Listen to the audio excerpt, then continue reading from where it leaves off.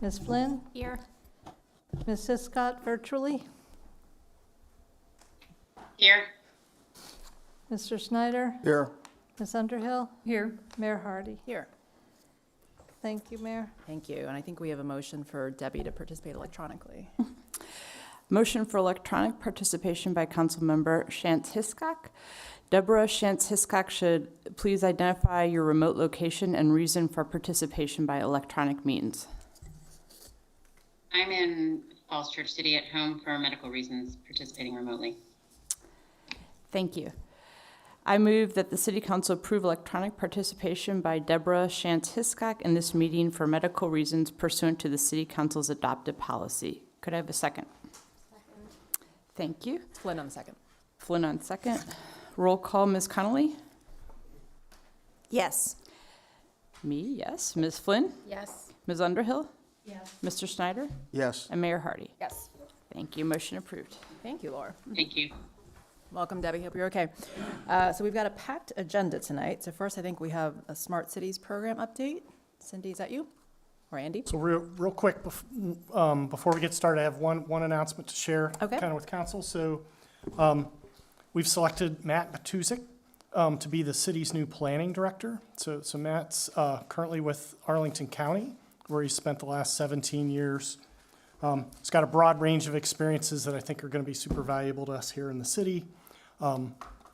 Strong public engagement and communication skills, and we're very excited to have him join our team. So I want to thank Gary Fuller and Henry Zhang and Laura Arsenault for helping lead the planning department over the last 6 months. And Matt's going to start with us July 14th. So with that out of the way.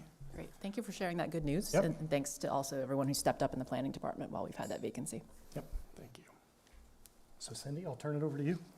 Thank you. Good evening, council. We're pleased to be able to provide to you a update for our Falls Church Smart City program, and this is our state-funded program in partnership with VTTI, Virginia Tech Transportation Institute, which I rarely say the full name for, but for the record, we'll let people know. We are providing this briefing to council this evening jointly with the Environmental Services Council and Citizens Advisory Council on Transportation. Given everybody wanted a briefing and has some involvement and commitment to the process, we thought we'd do it jointly. And given that we have members of the ESC and CACT, I wanted to be able to invite them to join us so they're not sitting in the audience, since you are a member of our board and commission. Any members would like to come up, we'll make room for you. Yep. Or maybe Mike? we can have at least one rep per each. Yes. Yep, pull up chairs and we'll share mics at the point of good For the joint dialogue. work sessions to have you at the table. Thank you.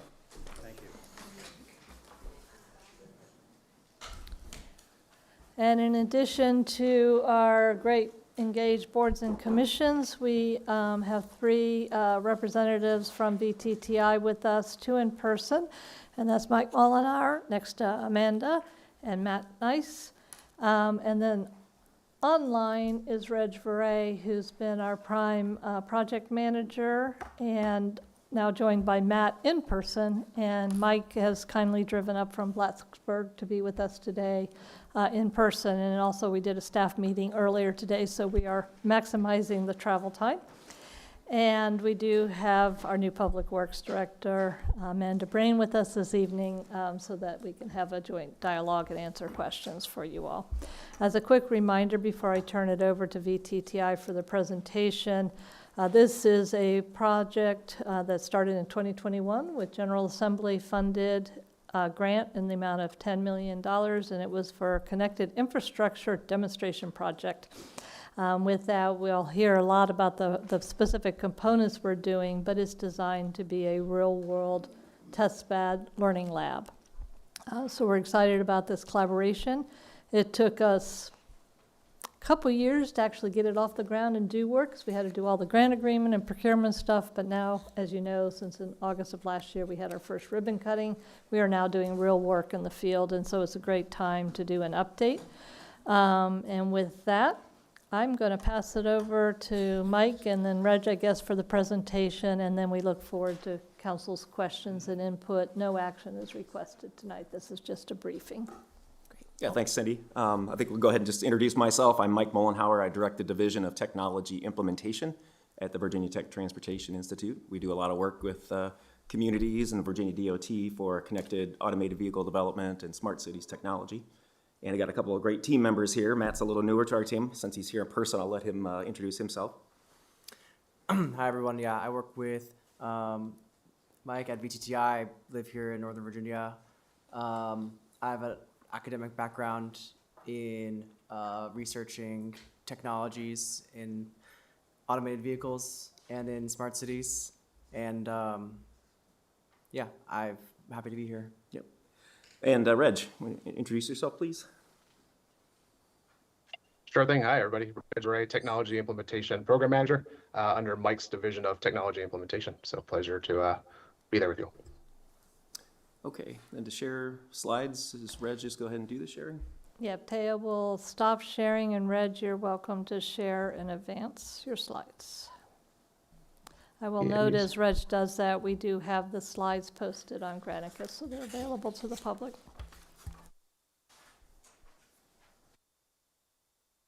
Oh, it doesn't look like I have share capability. I'm okay if you guys shared a PDF there and I could speak through it. Thank you for the flexing so we can be efficient. So Teo, bring it up now.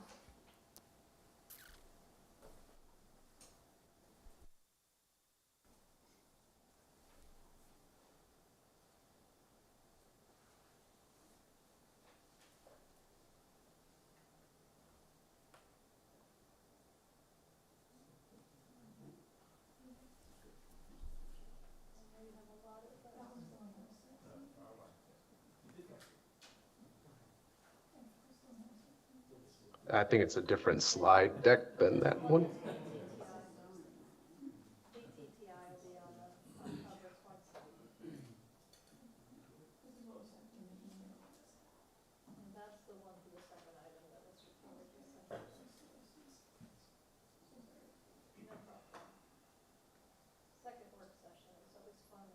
That's the one? Perfect. All righty. Good evening, council members, city committee members, staff, and citizens. As you know, my name is Reg Murray, again, Technology Implementation Program Manager, representing Virginia Tech Transportation Institute. So we're certainly proud to serve as a technical partner to the City of Falls Church on the Smart City Initiative.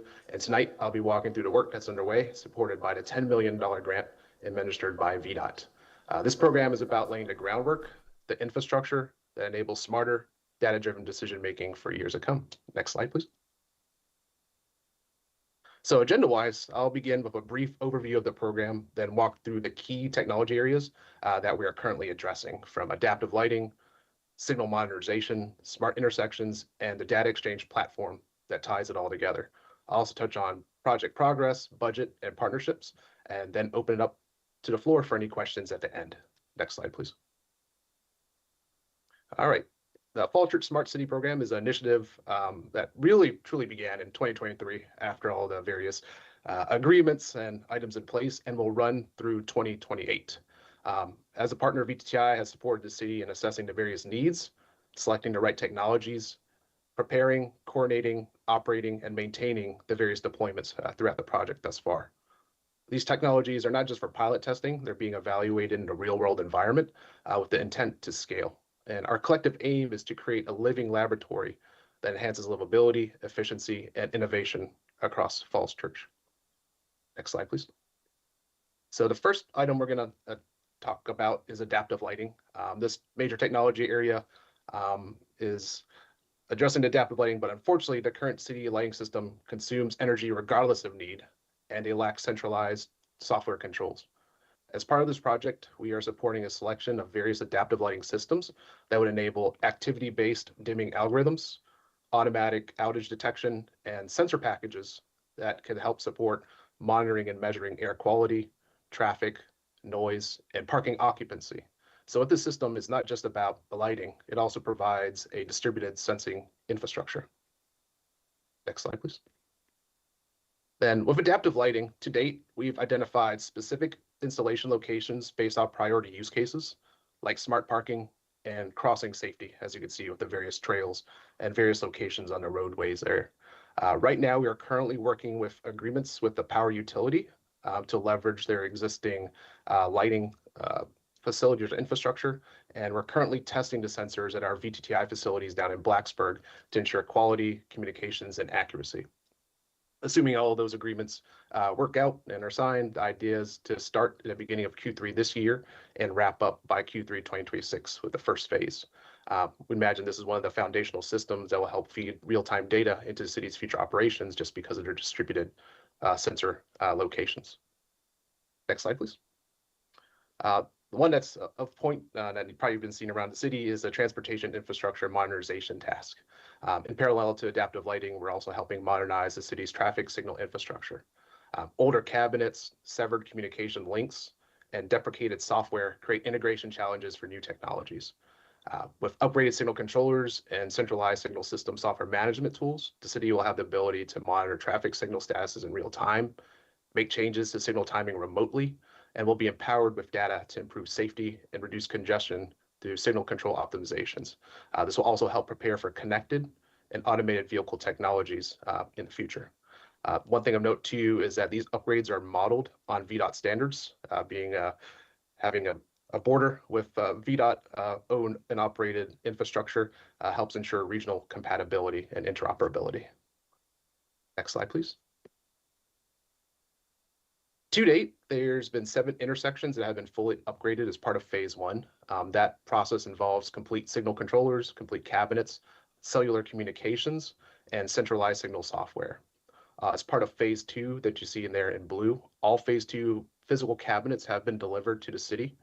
Installation contracts are in place with the various entities there, and we'll be installing there shortly. In addition, VTTI, we've begun supporting initial training with city staff from the various vendors to the software providers, and more sessions are scheduled to ensure operational readiness and training for city staff. And phase 2 is expected to continue into Q2 2026. Next slide, please. Next part is smart intersections. That's our next focus. This effort targets locations, at least in phase 1, like Broad Street in Washington, and which have been identified from VDOT as high priority for pedestrian safety. Current systems don't offer the insight needed to manage the various risks and flows, and these technologies support that by providing near-miss detection events, pedestrian compliance tracking, signal performance reporting, and potential future features like adaptive control and traffic signal priority. Next slide, please. As far as the various locations that are deployed in city, there are 7 intersections already online and collecting data. Such data is already being used to inform the optimized timing plans for Broad Street, which is expected to be deployed this fall. This data is also planned for being fed into the city's new data exchange platform, which we'll touch on in the next couple of slides. And phase 2 deployment of these additional intersections will follow the trail of the intersection modernization from mid-2025 into mid-2026. As far as smart intersection metrics, the richness of this data is significant. These systems help track vehicle counts, the various types, lane level turning movements, pedestrian and cyclist volumes and behaviors, safety events including near misses and wrong way driving, and also automated performance metrics like travel time, green allocation, and arrivals on red. So VTTI's role here is really to help translate some of this data into actionable information, helping the city prioritize funding, projects, and potential safety interventions in the future. The next part is data exchange. So all of these new systems create valuable but really complex data streams, various vendors, various siloed information. And what we're doing at VTTI is supporting design, the development of a centralized data exchange platform to integrate these various inputs. We're helping the city overcome siloed systems, lack of interoperability, and limited access to performance data. What this platform will enable is real-time dashboards for city staff, public open data access for transparency, and secure interfaces or APIs for sharing for researchers and regional development partners in the area. This also establishes a foundation for more advanced tools like digital twins and AI-based planning applications. As far as progress, the system architecture is in place. We have a test environment set up. It's both secure and scalable in design as we're working through. And VTI has supported various of the component selections. We will be developing prototype dashboards and governance planning. We've also prototyped a large language model to analyze some smart intersection data and generate natural language reports based off of the data collected. We're also working with the city to evaluate privacy safeguards and determine right level of data access for internal and public users. We expect the internal reporting for city staff to launch later this year with public-facing dashboards, which will be under review by the end of 2025. As far as project management and timelines here, as mentioned before, the various elements here that you saw, this just provides more details in a Gantt chart format for some of the dependencies of the various projects steps there. So more of a waterfall approach, but we could get into those details with questions later. But next slide, please. From the financial point of view, out of $9.7 million total grant, only 3.76 has been committed or expended. The transportation modernization represents the largest share at nearly 2 million, with smart intersections currently around 477,000, and about 1.28 million as far as staff salaries, indirect and program oversight. So with that, there's approximately $6 million available, resulting in approximately $2 million a year of added smart city budget support for the city. The idea is the city and VTTI will continue to work together to track spending, phase procurement, and ensure value for this investment for the next several years. As far as a partnership, I want to underscore that VTTI is not a vendor. We're a public research institute committed to supporting the city's needs. We've helped secure transit signal priority funding through NVTA, and now we're assisting with WMATA coordination on TSP on the corridor. And our mission is really to reduce the burden on city staff, validate these technical capabilities, and ensure that the system works as promised. Our role is to multiply capacity for city staff by helping manage data, provide technical expertise, and keep this complex project moving forward with beneficial outcomes. We also help to connect this local work to regional and national innovation efforts, and also go after additional funding sources to support based off the data collected moving forward. In closing, I'd like to emphasize that this program is setting up the systems that will serve Falls Church for years to come. This work takes time and the systems involved are complex, but the foundations are being laid out today will enable simpler, smarter decision-making for tomorrow. VTTI is proud to support this journey and we're committed to continued collaboration. Thank you all for listening in, and we welcome any questions you all may have. Thanks. Thank you, Reg. And Mayor, as we turn it over to you for questions and dialogue among council and our boards and commission, I do want to highlight the point of the resources and the reinvestment that's going into the city's infrastructure, the partnership with VTTI to leverage the technology and improvement. But as you can see from the Gantt chart, it's a process and implementation, and not all intersections are done. So there's a lot more capability in the future than folks will experience right now. You know, we always hear questions about why aren't the lights synchronized? What can we do to improve? It's an evolution, but we've made some major milestones. I wanted to reinforce that. Also, to reinforce the point Reg made about there's a lot of good data that can help our staff and be more efficient and therefore benefit our community, but we really need to continue working. And we actually had a meeting today while Mike was up from Blacksburg on the governance and the templates and how do we share the data. We have cybersecurity, public safety, comply with Virginia Public Information Act.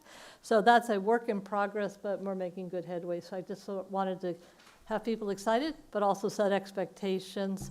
But I think staff is excited to be able to be working with public safety, planning, public works, to really look at data-driven decisions. And so it's been great having Amanda on board for her few weeks because she's jumped right into Smart City. And with that, we'll be glad to answer any questions and hear your input. Great, thank you. Thank you to all of our guests on this presentation. It's really exciting because I remember when we got the grant in 2023 from the General Assembly, so it's great to see that we're so close to this coming to life. So thank you for all the work.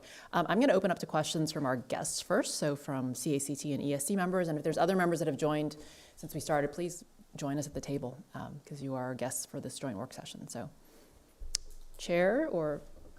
I'll go ahead first. I'm Arthur Egan. I'm the chair of the CACT. I'm also joined by Tristan Southner, who is a member of the CACT and has actually been reaching out and to gain some information from it.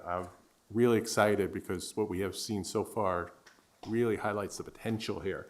I don't think we're quite there yet, but the potential that we have seen is fantastic, and we're really excited to get there. Tristan, do you have some questions before I get in mine? Just a quick comment. Yeah, to Art's point, it has been extremely helpful in the work of CACT, using kind of the data dashboard that Reg was able to provide to analyze intersections, look at that near miss data has really been informative in our work so far.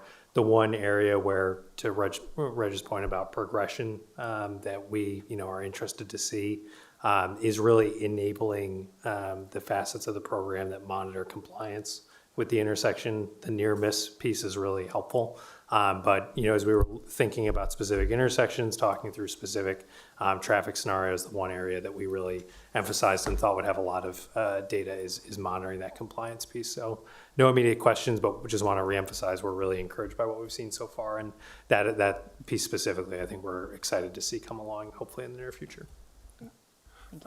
We also have another member of the CACT who joined us a little bit late. Jessica, do you have any questions? I don't, I'm just excited about the progress. Great.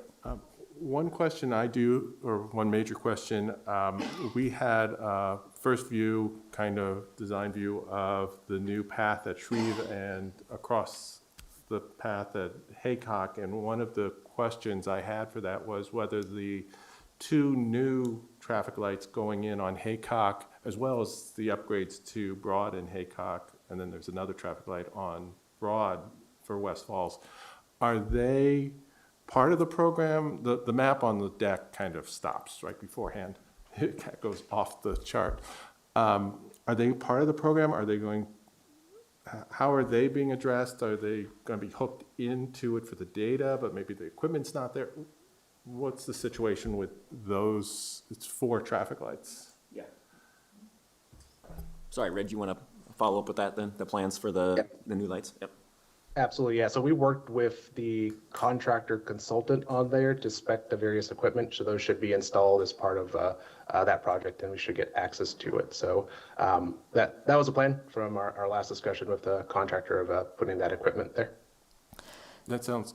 And one thing I would just add, we sort of did a City of Falls Church focus, but it does intersect with the points you talked about, but this grant also does support connectivity on the new boulevard between West Falls, the HIT Virginia Tech site, all the way over to the WMATA Metro. So that's part of the smart city evolution and connectivity. So the whole Station Boulevard. Yes. Okay.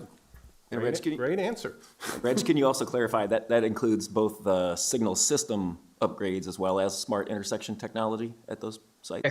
Exactly. Yep. That's all part of it at the signalized intersection. And one thing to note, didn't put it here, but we also laid or are working through if some conduit has already been installed in that new development area for so there's non-signalized intersections. There's ability to hook up with some of the lighting poles there for various sensor installations that could support some of this type of data collection and open data policy in that new development area. So that's also laying the groundwork literally in the ground there to support new features even past the program period.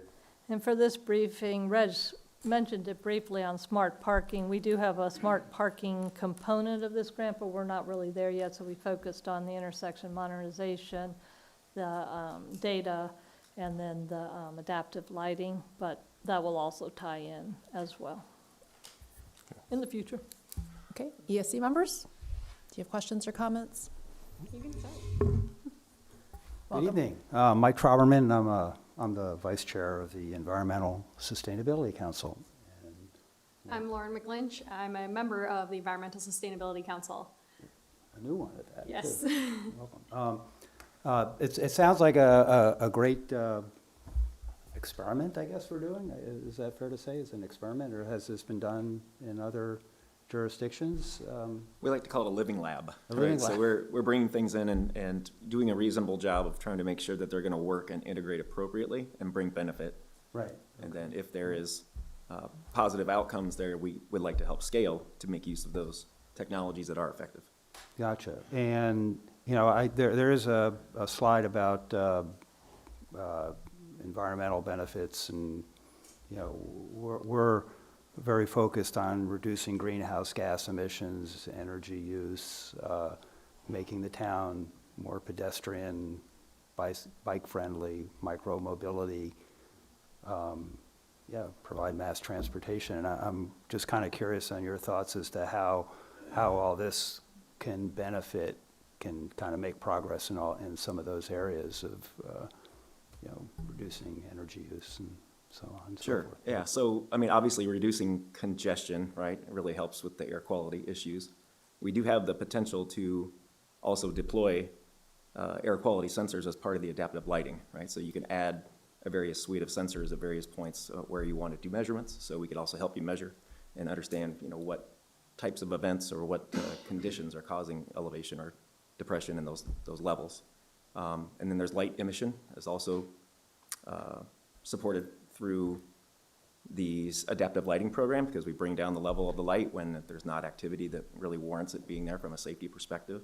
So we maintain more of that dark sky, but still have levels of safety when there is activity. So, Reg, if you have any other thoughts about direct, implications for energy or emissions, please chime in. Oh, no, you covered it all. Those are the more direct points of the current systems we have. So spot on. Thanks, Mike. And if I could ask either Mike or Amanda, somebody to comment a bit, because it is vehicle congestion, but we are looking at the pedestrian and the walkability and the transit pieces that you brought up. And so the work we can do with the intersections kind of allows us to prioritize and blend all these uses that move through. I don't know if there's anything else that you would want to expand upon?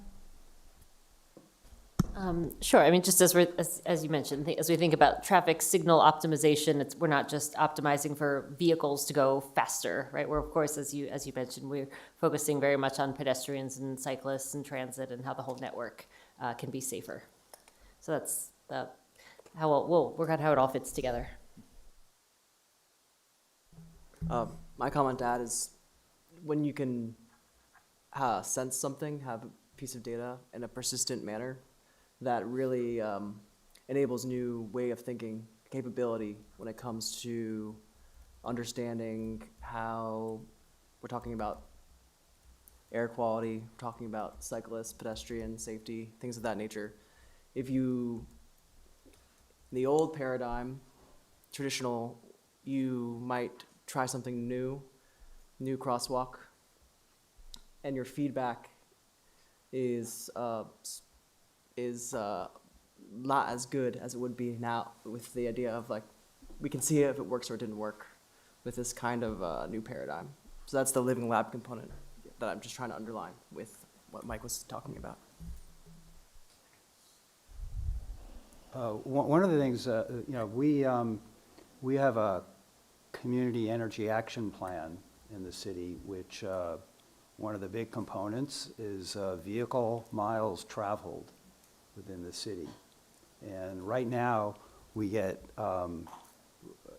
the data that's used to create that greenhouse gas emissions based on vehicle miles traveled is an allocation from Fairfax County, because COG, the Metropolitan Washington Council of Governments, doesn't have any data for the city of Falls Church.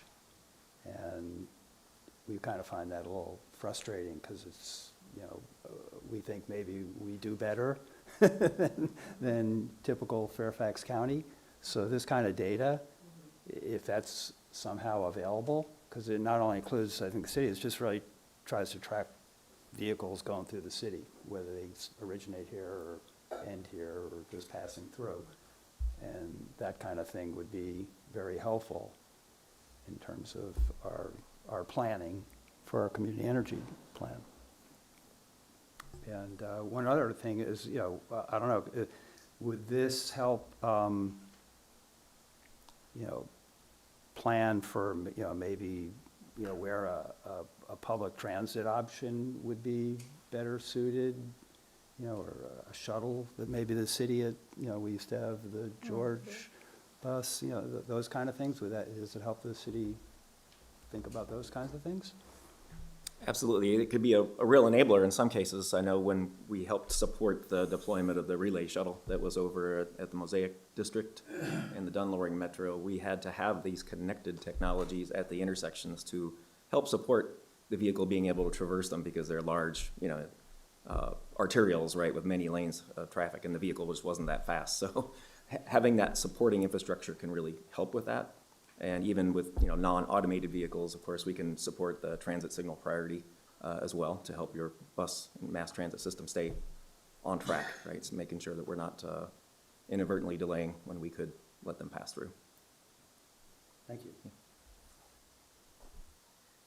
Thank you for your time. I appreciate the comments and just getting additional data and seeing what's available in the future.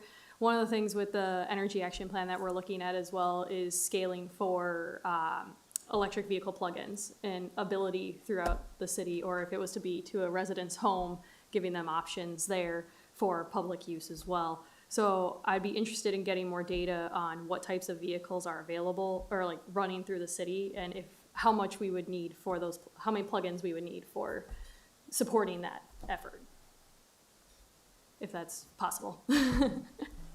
So right now, and Reg, you can chime in if you think of other ways to do this, but right now the video-based sensors that are classifying the vehicle types aren't getting down to that level of resolution to understand powertrain.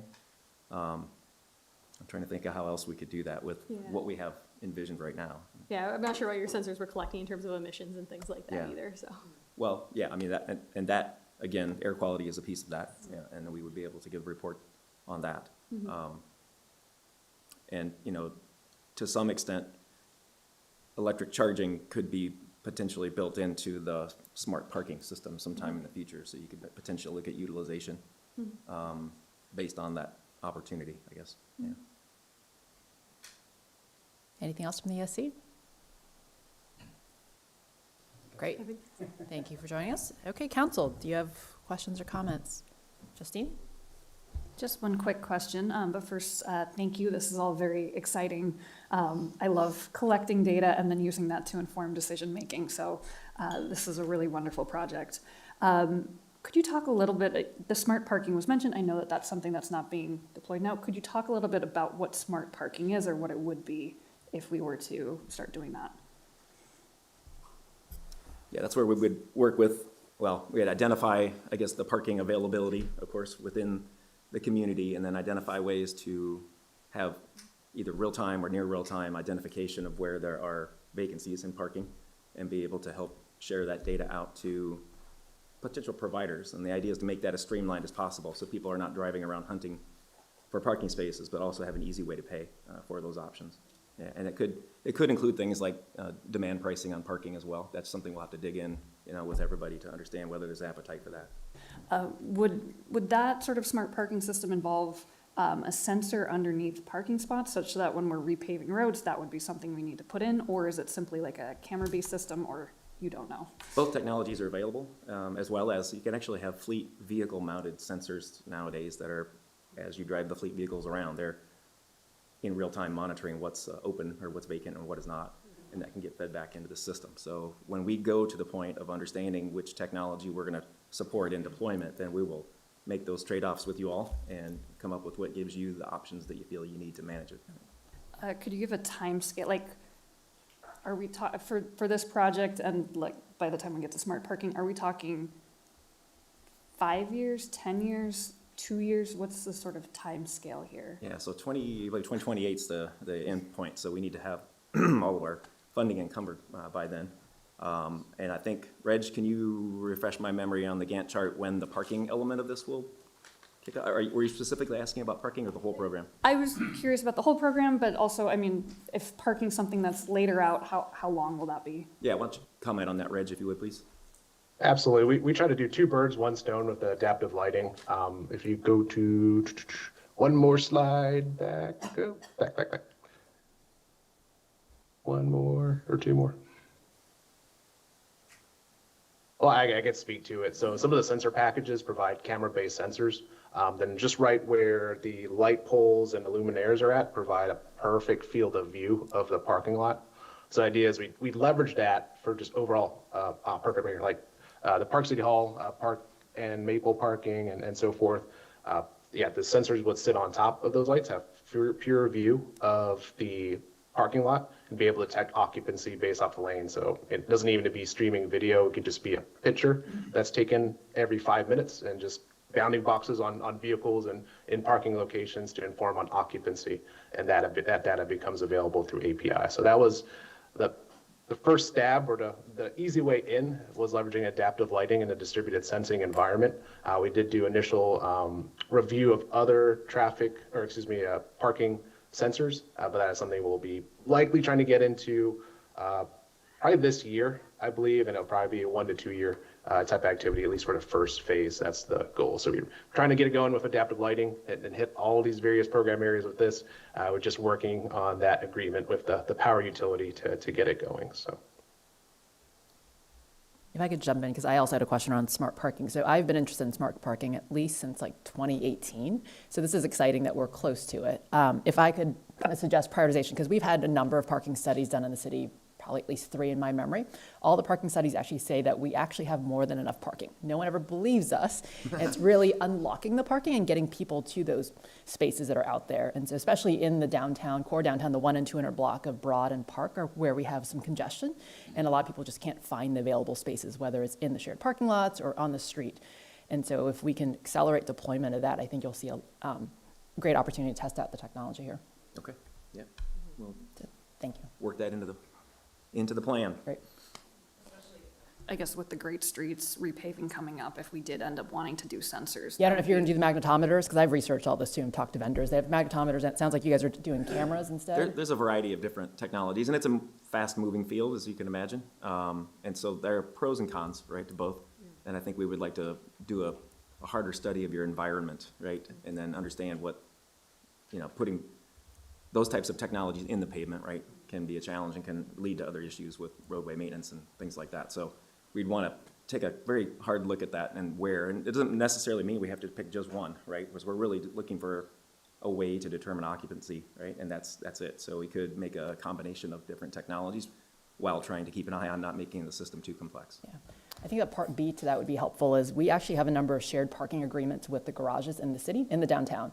So between the Whole Foods garage, the Kaiser garage, and the George Mason Square garage, if we could somehow integrate it all into kind of one kind of data source. So you could say, hey, here's the on-street parking space available. Here are the parking garage spaces available so that anyone coming into the city doesn't have to drive around and knows like, hey, here's where I can get a space immediately. It'd be great to tie in that as well. Okay. And I would add that part of that also goes back to West Falls with all the parking garages up there. It was, the initial grant was also to integrate that, so it's like a holistic parking. One system, one data source, that type of thing.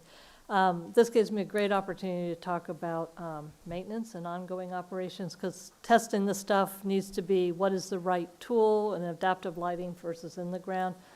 At the end of the grant, DPW needs to be able to maintain the system. So we're thinking about that too in terms of adaptive lighting, smart parking, the intersections. A lot of the grant funding, we're able to do some smart things now, pardon the pun, but like for the cellular connection for the intersections, 10-year grant agreement with Verizon. Extra traffic control boxes being purchased now, so if somebody hits it and we have to replace it, DPW has resources. So as we go through this, in addition to data-driven decisions, governance policies, and I know the mayor, you've also brought this up, Public Works is looking closely at the maintenance piece too. Thank you. Mary Beth? Thanks for this. It's really interesting to learn all of these different pieces of this program, because I hadn't thought about the lighting, and I was just thinking more about intersections. So it's great to know that we're looking more beyond just intersections. Just a couple questions. One is, when are people going to see the difference, feel the difference when they're driving? When are we going to be able to say to people, hey, this is working because of all this data that we've collected? I think Reg indicated that the new timing plans will be coming online that are being developed, and that'll be probably the first thing that you'll see, right? Okay. It will make a little bit of a difference, more coordination along various roadways. Reg, I'm going to let you comment on additional rollout after that initial phase. Absolutely. And one important point too is that as all these smart intersections are deployed, we're currently collecting data. So right now we have this baseline data that we've been collecting in this mixed infrastructure, some upgraded, not upgraded. So that established, the underlying number, the time it takes to get, say, from Washington to Birch, for example, or back and forth. Then the idea is, as Mike alluded to, was that we're doing a retiming plan on Broad Street, which is expected to be deployed in fall once school starts up, just different time patterns and time to develop during summer. Then from using that baseline data we've collected in this mixed use environment with the signal timing optimization, now we have a referenceable number that we could count against to see if there's improvements with optimization timing plans. Then we could also move into other phases like adaptive signaling through the various vendor systems and also measure that. So having that baseline, having an optimized fixed timing plan to an adaptive, we have various points that we're able to measure and see the differences in improvement. And those are things that we're intending on also providing as part of the data exchange as far as the benefits are concerned to y'all. So there'll also be something hopefully that you feel in the roadway and also something quantifiable as well to provide to the public after these things are done. That'd be great. So when we did the ribbon cutting at Broad in Virginia, it seemed like right away, the first few weeks, there was a noticeable difference. And then that sort of went away. And I'm wondering if that's just because of the experimental version of that. Like if you pull up, I cross that intersection all the time. So if you pull up next to the Exxon, the light would turn very quickly to cross Broad, as if it sensed we were there. Maybe I was just imagining that was happening. Were there My confirmation bias. Were there ongoing timing upgrades there, Reg? Is that rolled out? Do you recall? The main thing that was deployed there was the video detection system that was deployed as well there too. So before it was more kind of on a fixed timing plan while having an actual detector based system to identify the vehicles in a certain lane and location and adjusting the lights accordingly based off of that presence. So it was really just wishful thinking that it was working so well. I was just getting lucky. And then Public Works was also doing some work on the signals at the same time. That one happened to go in kind of concurrently with Smart City and some DPW work. Got it.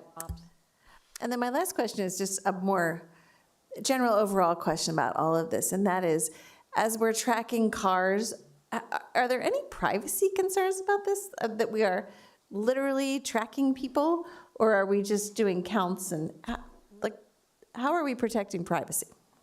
That's a great question, and that's, as Cindy alluded, we had a staff meeting with the VTTI folks this afternoon to start talking about that, because there's data that's sensitive for various reasons. Some is sensitive from a public safety standpoint, some from a programmatic standpoint, and some from a personally identifiable information standpoint. And so that's something we're all kind of talking about and getting. You guys are giving us some best practices from other cities and other communities, and working with the VDOT and stuff to think about that, because that is a very real thing to think about, the governance and the data here before it goes live, or even before staff start looking at some of this data.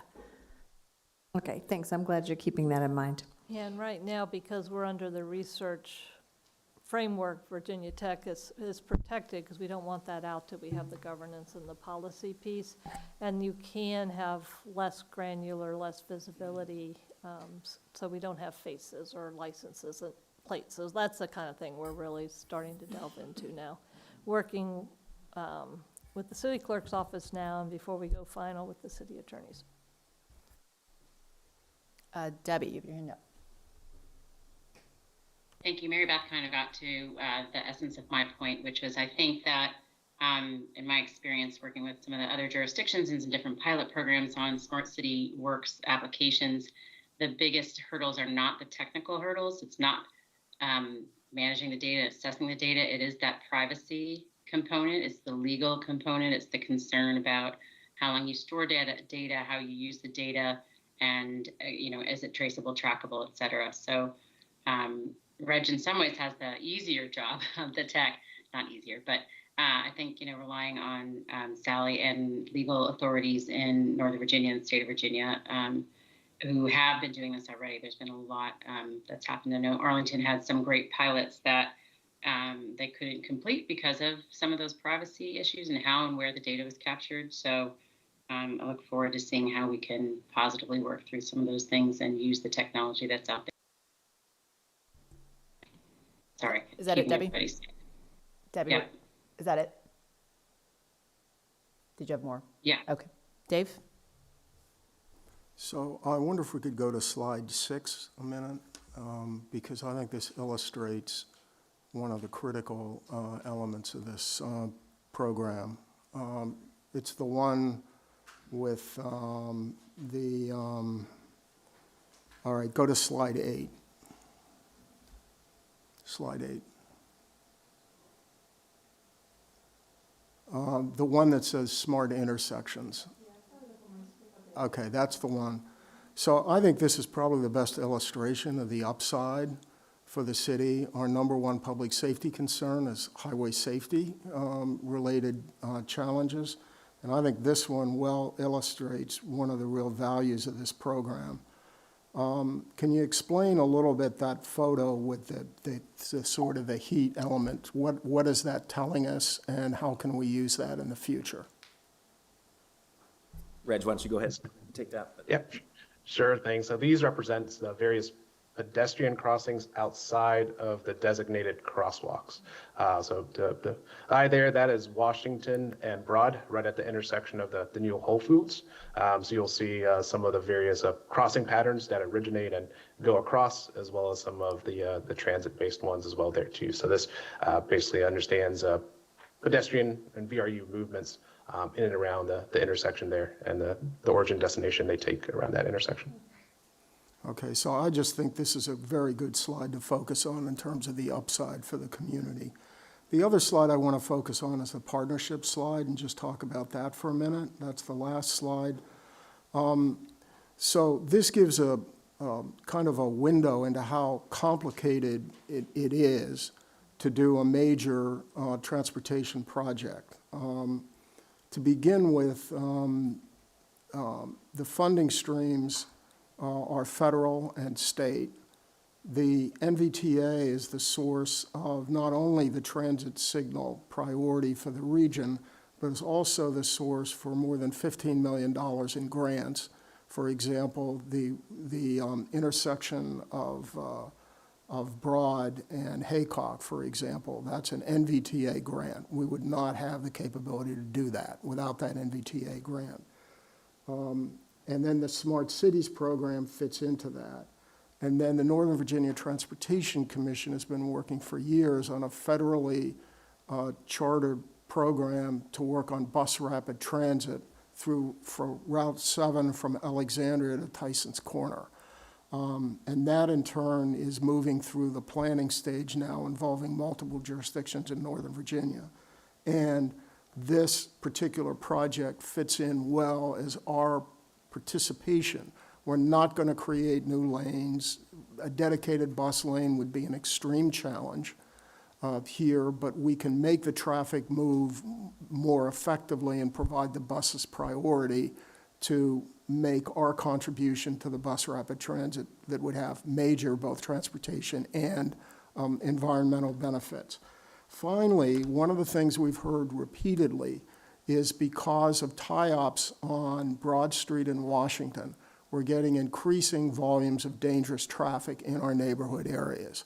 So by making our major arterials work better, not just for cars, but for pedestrians, making the interactions much more efficient, we're also reducing the neighborhood traffic that's a fundamental issue throughout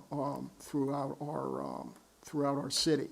Now, one of the questions I have is we have a lot of intersections in the city that are, in quotation marks, controlled by stop signs. They once were, I guess, controlled by stop signs. Whether they're still controlled or not depends on what your view of the current traffic conditions are. And the fact of the matter is that there are a huge number of violations.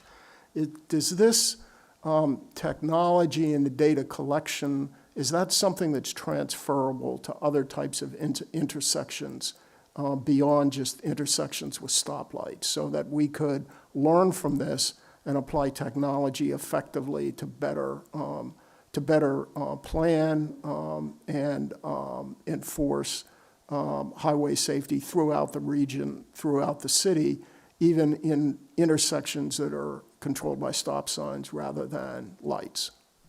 Yeah, I mean, it is. I mean, the technology can be deployed at various types of intersections and on various types of infrastructure, right? So if you've got the lighting, right? So the adaptive lighting systems, you could use the camera from one of those to empower being able to track whether there's stop sign running and things like that, to quantify it, right? To understand the nature of the problem. I think, given the cost of these solutions, I think we really want to find a way to put some priority, right? Sure. Not just plan to Oh, yeah. put out everywhere. Sure.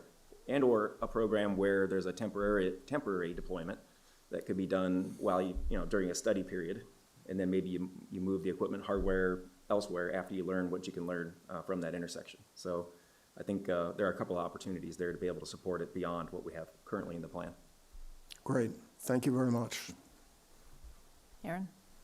Thank you. I just had a couple of quick questions. One of them gets to what Dave was just mentioning, and I noticed that on the slide with the adaptive lighting and distributed sensing, that you have the trail crossings marked, but then on the transportation infrastructure modernization, because those aren't necessarily signaled intersections, that they're not on that one. And so I was just wondering, what sort of data are we able to pick up at the trail crossings in terms of the sort of smart intersection information we're interested in terms of near misses with, pedestrians, cars and cyclists all kind of having that heavy volume in different times of the day. What data is available to help with decision-making on that front? Reg, you probably got the most experience with how we're set up on the trail systems. You want to comment there too? Exactly. So the idea there is there's two different sensor types, one being radar based, and that will help with detection of vehicle counts. Potentially pedestrians, we'll see how good the radar is at detecting pedestrians, corresponding speeds and interactions. Another option too is video based detection. So it also quantifying vehicle types and probably better at determining VRU or object types driving or walking through those corridors.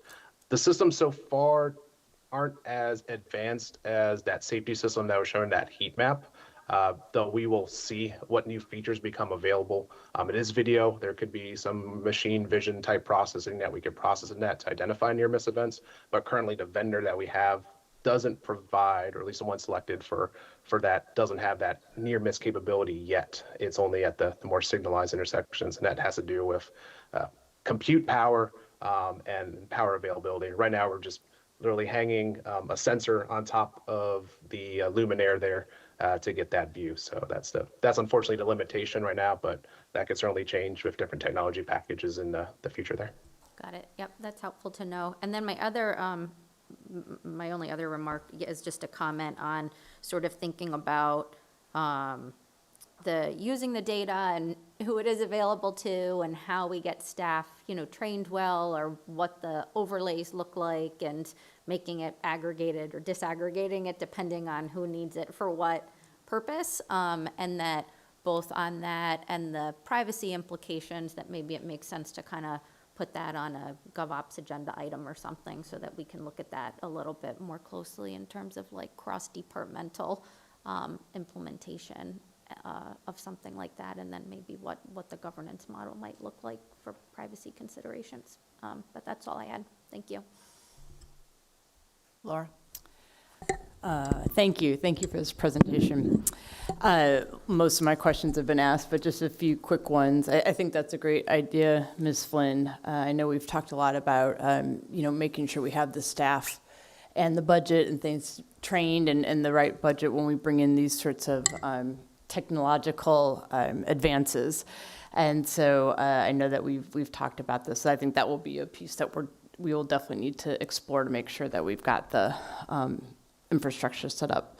So in terms of the timeline, so the grant ends in 2028. The timeline just went to May 2026. So those 2 years, that's basically maybe the parking. I didn't quite catch what happens from May 2026 to April 2028. Yeah, Reg, you want to take a since you're owning the timeline right now. Yeah, exactly. We just focus more on the near-term projects that we have active at the moment, as other things like smart parking and more of the advanced data exchange software applications come to life. We'll provide an update then, but right now we're focusing on the specific projects right now that we have going on, but we'll expand upon that in the future. So those timelines will come out as we move through. Okay, great. That's what I assumed. I ran for city council this past fall, and I know my council colleagues are tired of me saying this, but that's all I ever heard about when I was knocking on doors was just, our city is growing. We have 3, much large, more if you count everything by the high school, you have all those too, but a lot more people are moving into the city. And we also, once 66 was changed to hot lanes, I think we see more people taking Route 50, getting off, using Route 7 to get to Tyson, so they don't have to pay money that they would ordinarily take in 66. So we see a lot more traffic cutting through, especially during rush hour, back and forth. You can definitely see that traffic going to and from Tyson's through our city.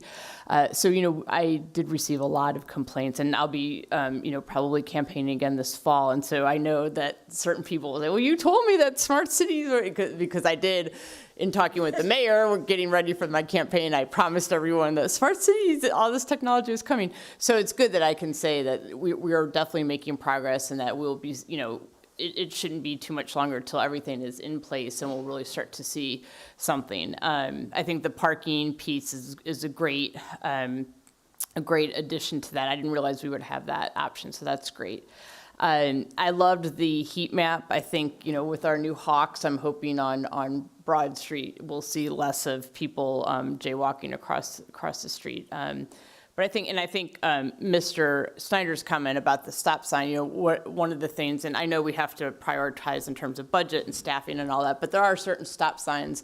The one I'm thinking of is in Winter Hill, there's a bus stop right there, and it's behind the Harris Teeter, and cars blow through that stop sign all the time, and several kids have been hit. And so, there may be a couple stop signs that receive high priority that we try to really focus on, especially when there are kids around that, are in danger of getting hit. So, but that's a great option too. So really, this has been very impressive in just all the different things. I mean, it's sort of mind-boggling, all this data that we're going to have and what we can do with it. So I'm looking forward to exploring more into this. So thank you very much. Great. Well, just to wrap up a few other ones, I think my colleagues covered most of it. So we talked about kind of use cases with smart parking and what will feel for car timing, and hopefully some adaptive timing based on, again, volume that we might see on Broad Street. But tell me how it's going to feel and might be better for a pedestrian, and then also for city operations once this is deployed. Talk me through kind of how it'll feel. Yeah, so we are exploring, first I'll start with the operations question. So we are exploring ways of building in tools that will make it easier for city personnel to interact with this data once we have it pulled together. So more of think of it like a chat GPT for the data that has been collected, right? So we would be able to ask it questions and prompt in to be able to explore, to identify where the needs are and what some potential countermeasures might be that could be considered, and maybe even how they could be prioritized. So we're just wading into that space right now and looking at ways that we can have traceable and, solutions that can be validated, right? So you can trace back through how they were actually doing their reasoning, so to speak. On the pedestrian side, that's kind of a similar thing. If we understand where these near-miss conflicts are occurring, we would work with city staff to try to understand what countermeasures could be deployed there, whether that's a change in signal timing plans or potentially physical changes to keep people potentially from crossing at certain areas. I mean, there's quite a wide variety of things that could be, deployed. So I think we need to look a little bit at what is the problem that we see, right? And then try to think through what those countermeasures can be. Yeah, one of the things we've often talked about, I think Justine brings up, is getting rid of beg buttons. And so instead of asking a pedestrian to push the button at an intersection, it'd be great if you could detect that there's actually high volume pedestrians and actually adjust the signal so that we are more pedestrian friendly. And that the volume of pedestrians, yes. Sometimes it's hard to, with great certainty, to predict a trajectory, right? So they come up to the corner and they may make subtle movements one way or another, and it's a little bit difficult sometimes to understand which way they're intending to go. But certainly presence and volume should be easy data to get from the systems where we have the smart intersection technology deployed. And would it be real time, or would you have to kind of get the data and say, hey, this is an intersection that has a lot of pedestrians? Or could you real time detect that, hey, there's pedestrians here, it's rush hour, everyone's trying to get home, I'm going to stop some traffic to let these pedestrians go through? Yeah, the data are available real time on the exchange, yeah. Okay. Near miss data is also really important. I think we're beginning to be a little more sophisticated in using crash data to then get Public Works and our police to kind of collaborate on where we should send extra enforcement, improve the street design. But I think the near miss data will be really important too, where we don't yet have a crash and we don't want to have a crash. But so that one I'm excited about. Tell me what happens after April 2028. So when this is done, are we going to have an operating budget cliff? Hopefully this will become business as usual for Public Works. But have we started thinking about how this becomes normal for us without the big team and the operation behind it? Either way, you want to chime in first on that, or? Well, I think the first thing I'll highlight and what we've done to date, and of course Amanda's looking at it for now going forward, but some of it is, one, the 2028 is the money has to be encumbered. So we could be covering some future maintenance things. Like I said, the Verizon Cellular is going to be a 10-year warranty, and Reg would have to tell me what the warranty is on some of the infrastructure. But clearly, when the grant money's gone, we're going to have newer systems for our infrastructure that DPW will need to maintain, and we need to get into a better cycle for how to replace and maintain, because we're kind of doing it all 26 some intersections at one time. So with that, I'll pass the baton to Amanda's thoughts. Yeah, I have more of an answer, but I think, yes, this is something that we'll be working on over the coming years as we continue to familiarize ourselves with the data and the systems and building out a sustainable system for our staff. Yeah, one of the things I was really amazed by is that I guess our signals up until this point were manually timed. And so if one of them went off cycle, then all the timing gets messed up on Broad Street, and that's why people often complain about that. So it'd be great to be forward thinking, saying, gosh, when the technology is upgraded, how do we make sure we get in a place where we don't find ourselves caught like that again, where we don't have the updates ready? So, okay. Well, exciting. So I know everyone's really anticipating the new signal timing coming this fall, so we'd love an update from staff. I think it merits even kind of some sort of like communications to the public about the new signal timing when this is live, hopefully this fall. Thank you all for joining us. We can certainly do that. Thank you, VTAI partners. And Reg from California. Thank you, Reg. Thank you. Okay, well, we transition to the next topic.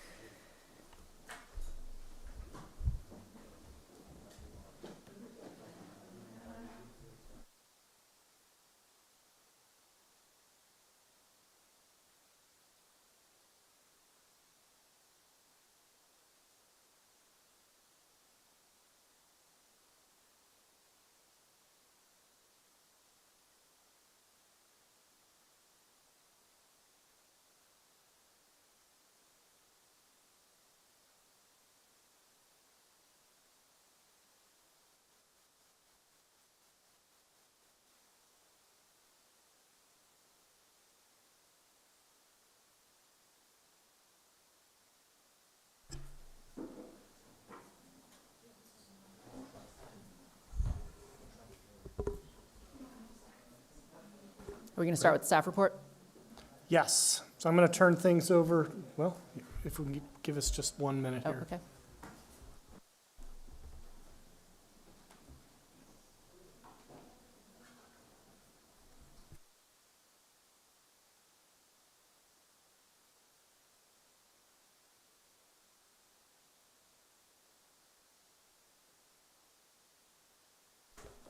All right, thank you. All right, thank you. Okay, that's awesome. I'm going to turn it over to Acting Planning Director Gary Fuller. Welcome, Gary. Hi, thank you.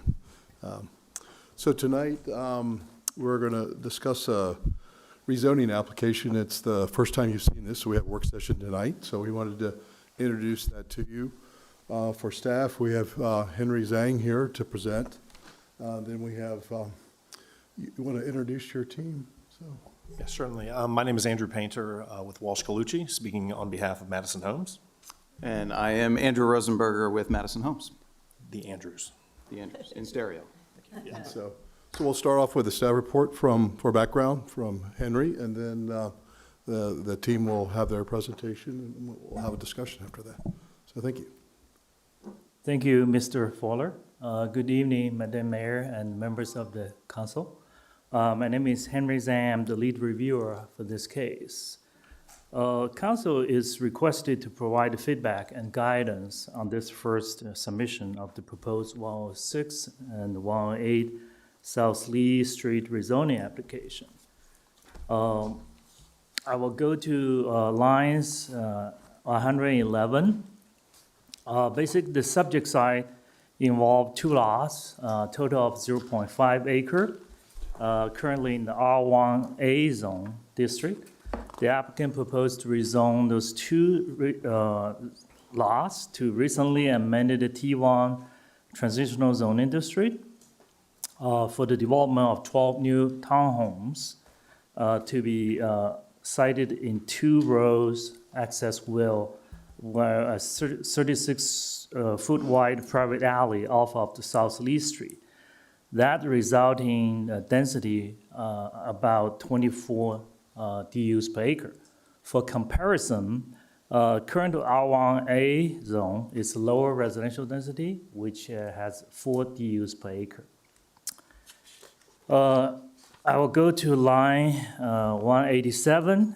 Basically, the 2 lots here is 106 South Lee Street, which has approximately 0.24 acres of land with an existing building of a gross floor areas of 1,354 square feet and built in 1927.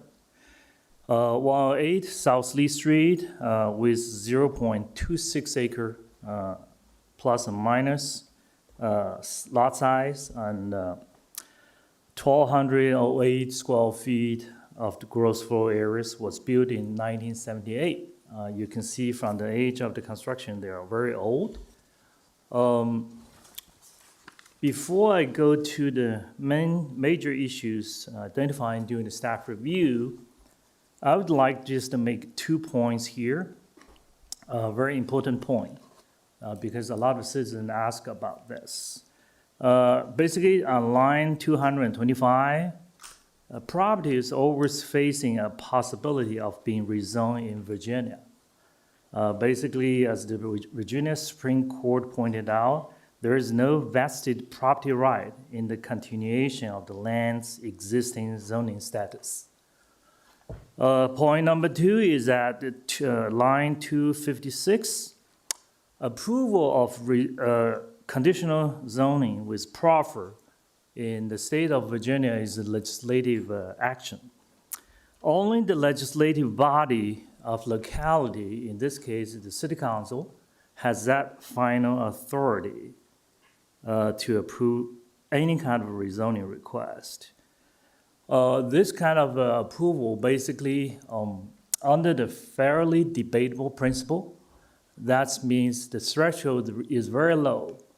It's the city council who can decide what's the best use of the land. Not the developer, not the citizen, not the staff. With that, I will go to the main issues we identified in this review. As Mr. Fuller pointed out, this is the initial review. The comments has been sent to the staff in 2 basically group. One is the initial DRC staff review comments, which ended in, I think it's April. We sent it to them right away. And then the second group of the review comments are included in the staff report. So basically, if you look at the review finding, you have to look at both documents, which in the DRC staff review comments letter and the report of tonight I'm going to present here. Basically, from line 9, we identify several key issues here with this rezoning application. First one is comprehensive plan, future land use map. Yes, I think on the graphic, it does show that the current lot, which was designated as transitional land use. And then they did show that graphically as well. But I think in the lines 267 to 374, on the conformance with the comp plan, staff provides some additional discussion. Basically, we're talking about the same nomenclature, but the contents varies significantly. Basically, in a nutshell, the proposed rezoning is inconsistent with the planned future land use for those properties. Staff spent a lot of time review the comp plan and then review the future land use map. Actually, staff was surprised to see that the comp plan was very detailed on how and why they want to change these 4 residential lots, basically located at the South Spring and South Lee Street, including 106 and 108 in this application. Basically, the comp plan provide a good reason. Basically, comp plan tries to explain why they want to put those 4 residential lots in the transitional district. And then on line 17, actually, we quoted here, the plan provides that this change was made in order to widen the very narrow swaths of land on the south side of West Broad Street that was available for commercial use and therefore very difficult to redevelop. If the land, I just added it. That means if the lot is very shallow, it's very difficult to redevelop. The comp plan further stated that transitional land use designation is intended to allow, quote, allowed for even greater commercial redevelopment opportunity, unquote. Basically, it's on chapter 4, page 61. Staff finds that the proposed residential use impedes the comp plan goal of creating a wider land parcel in order for future commercial and mixed-use development. The transitional designation does not support the requested residential development. This is a single-use, pure residential development. Basically, it's not supported by the comp plan. Line 28, a small area plan. Basically, the site is located under the West Broad Street small area plan. Basically, as we all know, even though the small area plan in the city doesn't carry the legal weight as the comp plan, because that's required by the state code, and we had to follow the procedure. But regardless, the small area plan in the city basically follows the policy of the comp plan, basically further implemented the visions of the comp plan. So the small area plan basically envisioned a consolidation of the smaller parcel in the West Broad Street corridor for mixed-use redevelopment. So the consolidation, as stated, very detailed. I have a different exhibit which shows how they want to consolidate and why they want to consolidate it. Basically, it's nothing mentioning any redevelopment of residential, pure residential, single-use residential. It always says, because this is a commercial corridor which will connect both east and west end of the city. And then therefore, basically the land use pattern and the use envisioned in this corridor is always mixed use. Actually, in the past decade, the city's major land use, mixed use projects are happening in the corridor. That's the finding from small area plan, and the detailed discussion is from line 376 to 413. Issue number 3, neighborhood character. Because in order to seeking rezoning, you need to look at several factors, either change or mistake or any other fraudulent activity happened. But in this case, I think staff focusing on how the neighborhood of this rezoning will be happening if they're, allowed to be going on. So as we stated previously on the staff report, the lot 106, 109 was built very early in 1927 and in 1979 respectively. And then they are within a well-established single-family detached neighborhood. As I point out on previous presentation, the current R1A zoning, basically it's about 4 DUs per acre. With the proposed townhome, that density will be changing to 24 DUs per acre. That's basically 6 times increase. So if this rezoning, comes through, that will alter the character of the existing neighborhood. Actually, in the review of the comp plan, under the goal number 7, the strategy of the comp plan basically discourage any rezoning in the well-established single-family detached neighborhood, even for a higher density residential use. Line 44, proffers. As I mentioned briefly in prior statements, the proffer, this is the rezoning with proffer, and proffer is very strictly defined in both the city code and also the state code. Basically, the intent of the proffer is to mitigate any potential impacts on the community. Basically, this is different from the SCE approval. If there's anything we ask for some condition. But in this case, under the conditional zoning, any deficiency in the infrastructure, we had to mitigate it right away. Through the proffer. That's the whole purpose of the proffer. And staff has a big issue with one of the proffer, which is number 3. Basically, number 3 proffer by the applicant, they basically follow the volunteer concession in the SE prior approval, and they ask the city manager to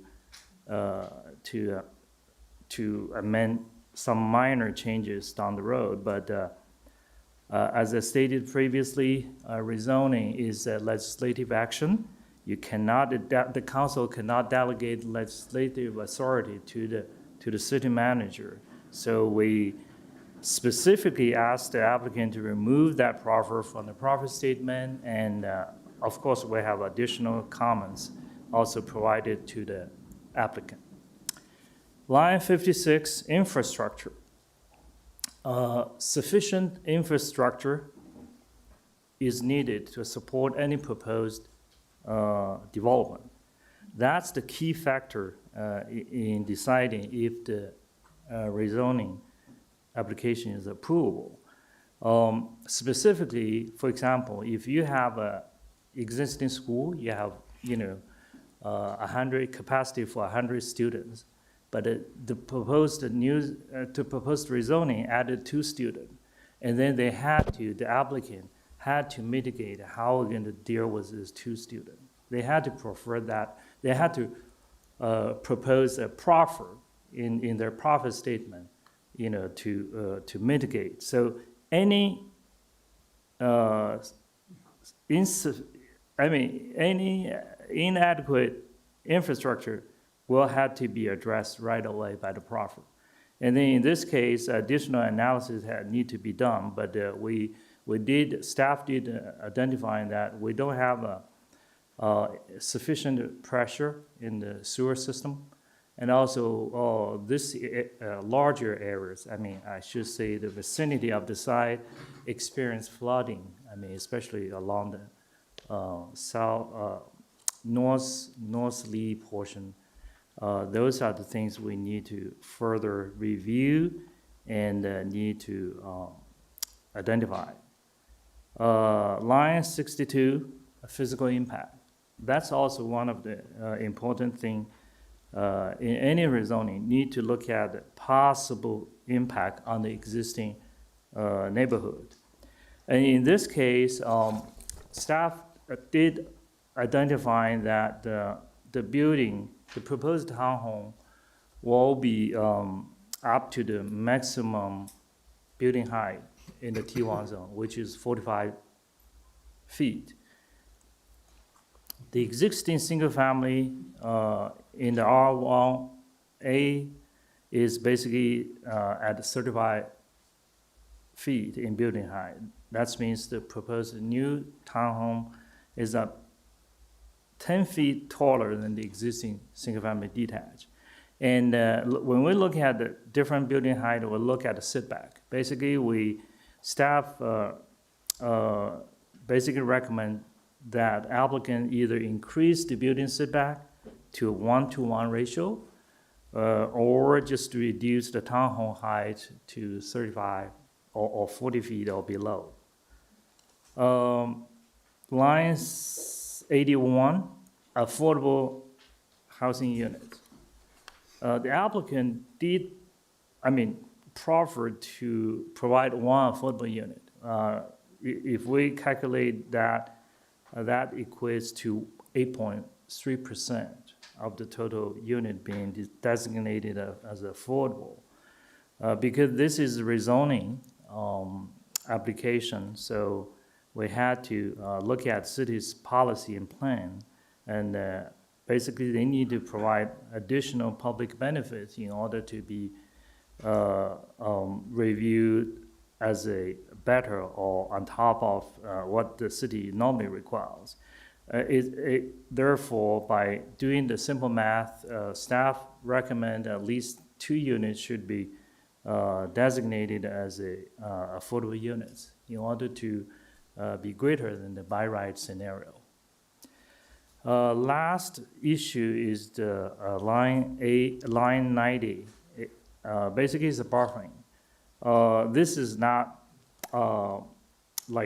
purely from urban design point of view, but also from our code, section 48 and to 88 under the conditional zoning, basically require that the proposed development had to be buffered through some significant barrier, such as side-tight fence or brick walls, and that to be buffered. And in this case, the applicant proposed is at least under conceptual development plan, they used landscape material, planting materials only, and the staff believe that's not sufficient according to the requirement of the zoning code. Additionally, on line 263, that's basically the state code. As we all know, we are in a Dillon state. We had to follow those state code. Basically, the state code mentioned those factors had to be considered when legislative body consider any rezoning application. Lastly, I will talk about the physical impact. Because of the general land use nature of this application, we haven't finished a very detailed physical impact analysis yet. But based on the cell information of the 2 prior approved townhome, those 2 are by right development, okay? They're already in the T1 transitional zone, which is Oak Park and Lee Park. Based on that, the assessment value for the proposed townhome in this development could be between $240,000 to $450,000 per lot. In terms of the timing, this is the first time council work session. We are expecting the planning commission work session and board and committee preliminary workshop will be happening on June 18. And then after that, applicant will need to resubmit 2.0. We're expecting to be happening on July 4th, 2025. The rest of the work session, well, basically, when we receive the resubmittal, the council can do one work session, or if not sufficient, additional work session before the council refer to the planning commission. As a practice, I think the board of commission, include the planning commission, will need to review and comments on this. Even though legally only the planning commission's recommendation is critical, is needed. So I'm sure if past this level, we'll have numerous meetings in order for the council to final vote on this. So the other schedule, staff didn't present it because we don't know yet. So with that, let's conclude the staff presentation. I'm available to answer any questions. Thank you. Why don't we hold on questions until the applicant, I guess, has a chance to present? That's fine with council. Okay. Okay, well, thank you very much. Again, Andrew Painter with Walsh Colucci speaking on behalf of Madison Homes. What I'm going to do is I'm going to start off just briefly, turn it over to Andrew Rosenberger to give a briefing about who Madison Homes is and their history working in the city. Then I'm going to sort of take back the microphone, walk through kind of the history of how we got here and kind of our design drivers, and then Andrew will will walk you through the specifics of the application. I will say that we are excited to be here. It's not often that council sees an exclusive rezoning application. Oftentimes, rezoning applications are in the context of a mixed-use special exception or concurrent with a comprehensive plan amendment for much larger projects. We are here to solicit your feedback, constructive criticism, thoughts, and suggestions as we work with staff through this process. So again, we are excited to be here. So we can go to the next slide. And Andrew, if you want to give a background on your company. Good. Thank you. Again, I'm Andrew Rosenberger with Madison Homes. Madison Homes was formed in 1992. Thank you. We are locally owned and operated. We do entirely residential development, mostly within the closer in suburbs of Northern Virginia. We also are in Washington, D.C., parts of suburban Maryland. Most of what we focus on are smaller infill developments such as this. We do townhomes, single-family homes, condominium. Every project that we design is unique. It's designed specifically for that site. What you see here are some of our representative projects. You may recognize in the bottom left, that is the Lee Park townhomes. That's 20 townhomes currently under development. And we are also the developer of Oak Park, which is 12 townhomes that will start vertical construction this week. I do want to point out that these are the first townhomes, that the Oak Park and Lee Park, the first townhomes under construction in the city of Falls Church in 25 years. We also built the last townhomes in the city of Falls Church 25 years ago in the 400 block of Park Avenue. So we're excited to be here tonight to present our case on this application, and I will hand it back to Andrew. Okay, if we can just go to the next slide. So I think we all kind of know exactly where this is, but I'll just say this is looking south on South Lee Street from the northern side of our property at the back of the 701 optometrist building. We can go to the next slide. And of course, this is looking due north from our southern property boundary, looking at the Kensington and the light at West Broad Street. And so these properties are the two houses that you can see on the left-hand side. We can go to the next slide. As staff mentioned, these two sites are planned transitional on the future land use map, which is what is there. I wanted to show this map because it shows in dark blue bold lines the planning opportunity area that was established and the limits of the West Broad Street small area plan.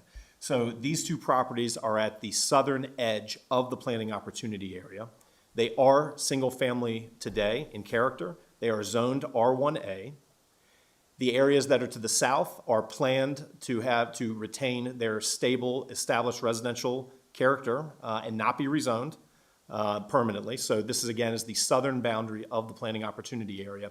And the properties that are to the west and to the east and to the north are either planned or have been planned or for either transitional or business uses, some since 1997, some since 2005.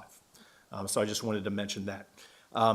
The West Broad small, it is true, I agree with what staff said, that the original intention of designating these parcels as transitional was to increase the depth of the commercial uses along West Broad Street so there could be a much more developable parcel. Planning changes over time, and how we feel about commercial has planned as well, has changed as well. It is subject to the West Broad Small Area Plan in 2016. That concept plan included it in the transitional area as well. This is part of the Oak Lee Activity Zone. And the small area plan places an emphasis on accommodating smooth transitions between the higher intensity commercial uses along West Broad Street and the established single-family uses outside of the planning opportunity areas. There is a provision that was not included in the staff report, but it is in the small area plan that says that in order to ensure a smooth transition, it may be necessary or appropriate to zone to the B1, T1, or T2 zoning districts. So even though we're talking about zoning out of an R1A district, this is a special, unique area of the city. It is not further down on South Lee. It's not further down on South Oak or anywhere south on Spring Street. It is within the planning opportunity area. We can go to the next slide. This is an excerpt from the Streetscape Master Plan. And you can see that there is a desire to, if you read the Streetscape Master Plan, to have full pedestrian connectivity in the main commercial corridors of the city. And then where you have the areas that with the established residential communities, there are supposed to be where those green asterisks are, neighborhood transitions. Those could be done through sensitively designed architecture, hardscaping, or landscaping elements. But the goal there is to ensure that when you leave one typology, that being the planning opportunity area, and you leave that to go to a less dense, established residential neighborhood, there is a hard edge. There's a defined transition that you see there. And again, that can be done through the narrowing of the street. It can be done through signage, a variety of different options. But we do have that requirement or that recommendation in the Streetscape Master Plan at our southern property boundary, which is, again, coterminous with the edge of the southern edge of the planning opportunity area. We can go to the next slide. When we approached this site, we established 4 design drivers. I wanted to walk through those. The first one is to increase housing diversity and provide for-sale housing homeownership opportunities. The need to increase housing diversity has long been documented in the city's planning documents. The city adopted 5 strategic priorities for 2024-2025. Housing supply was a key point to strengthen opportunities for different lifestyles and ages. The introduction of for-sale townhomes certainly allows for a more diverse range of housing options in the city. As Andrew mentioned, there have not been townhomes built in the city since 2002. Madison Homes was the last one to do that. But everything that has been built has either been multifamily, rental residential, or tear down new single-family homes. Townhomes and row houses, comprise about less than 10% of the city's overall housing supply. And so options between single-family homes and high-rise apartments are very scarce in the city. So we believe that this, the introduction of townhomes provides a pathway to homeownership. It allows city residents to more easily access those for-sale homeownership opportunities and either move up from an apartment or rental situation, or move down from a single-family home. And then lastly, on this point, at Oak Park and Lee Park, and this is pretty interesting, Madison has 14 buyers out of more than 900 that have shown an interest. Half of those buyers are already living in the city. They are either downsizing from single-family homes, or they are moving up from rental residential. Some have kids, some don't, some rent, some own. But all of these buyers have expressed enthusiasm to Madison about how excited they are to be able to remain in the city and have this opportunity for homeownership. If we can go to the next slide. We can keep going. The second design driver is to provide buildings which are compatible in scale and design. This would be the first rezoning from R1A to something else, at least in modern history. And I think it's fair to say that change can sometimes be disruptive. It is also fair to say that the city's policies contemplate some other use for these properties other than retention of the exclusive single-family detached product. And so a rezoning will be required one way or the other if any of the city's policies are sought to be implemented here, whether that's consolidation with 701 West Broad, redevelopment to a smaller multifamily building, or redevelopment with townhomes. A rezoning will be required. The key is, how do you accommodate change while recognizing the context? What is the most compatible residential use that you can have that is adjacent to single-family uses? If we can go to the next slide. And so what we get to really is the typology of it. What is shown here is something called the Urban-Rural Transect, which is prepared by the Congress for the New Urbanism. This is an infographic that shows the spectrum of residential development types and illustrates the defining characteristics as you move from a rural typology on the left-hand side to sort of a downtown on the right-hand side. And you can see we're kind of right in the middle. Of all the product types that are more dense adjacent to single-family homes, townhomes, serve as a buffer and a step downward in density as you go from the commercial corridor along West Broad Street to the established single-family homes. And at the same time, they are able to deliver on the urbanity that is recommended by the city's other policies. So I just wanted to mention that. If we can go to the next slide. The other thing, too, the last bullet point on this, we are seeking to provide greater transitions than you would expect in a classic sort of pure T1 zone. So we are achieving a better transition than what would otherwise be expected in a by right context, with lower density, reduced lot coverage, substantial buffering, reduced limits of disturbance, more sensitive architectural design and orientation of the buildings, and a better suitable height transition. And I think for all of these reasons, staff in its DRC comments said that consolidation with the 701 West Broad Street, the commercial one, and other surrounding properties, quote, may result in a less desirable transition from low-density residential to higher intensity mixed use building. So I do appreciate staff recognizing that. Next slide, please. And then lastly, the last two, number 3 and number 4. Number 3, locate residents in an amenity-rich and transit-rich environment. From a walking route, this site is about 200 feet from the light at West Broad Street. It is the closest site of any of the T-zone properties to West Broad Street, and closer than all the other townhouse projects that have been built on the periphery of West Broad Street, closer even than your Oak Park and Lee Park units. So if you're going to locate townhomes as a product type, as a way to provide a transition, a more suitable transition to residential, this is probably the best place to do it. It also enjoys quick access to the 28A bus. It's proximate to Capital Bike Share. We heard about BRT. Councilman Snyder brought that up as well. Hopefully someday that gets delivered too. But the idea is to use these new residents to drive the demand to support commercial uses, reduce auto dependency by locating them in a transit-rich area, which in turn reduces costs for the residents living there. And last but not least, provide a clearly defined southern gateway as you leave the planning opportunity area and enter the established residential communities going south. We are seeking to do that. Andrew can walk you through how we're doing it, but we're seeking to complete out the sidewalk network, narrow the street, and let you know that you are clearly leaving one part of the city and entering another in sort of a hard edge. So with that, I'm going to pause. I'm going to turn it over to Andrew, who will walk you through the mechanics of the proposal. Great, thank you. Next slide, please. So this slide on the right shows our proposed site plan. As we've discussed, it's 12 townhome units that we are proposing. They are all accessed off of South Lee Street, which is running along the bottom of that diagram. West Broad Street is out to the right.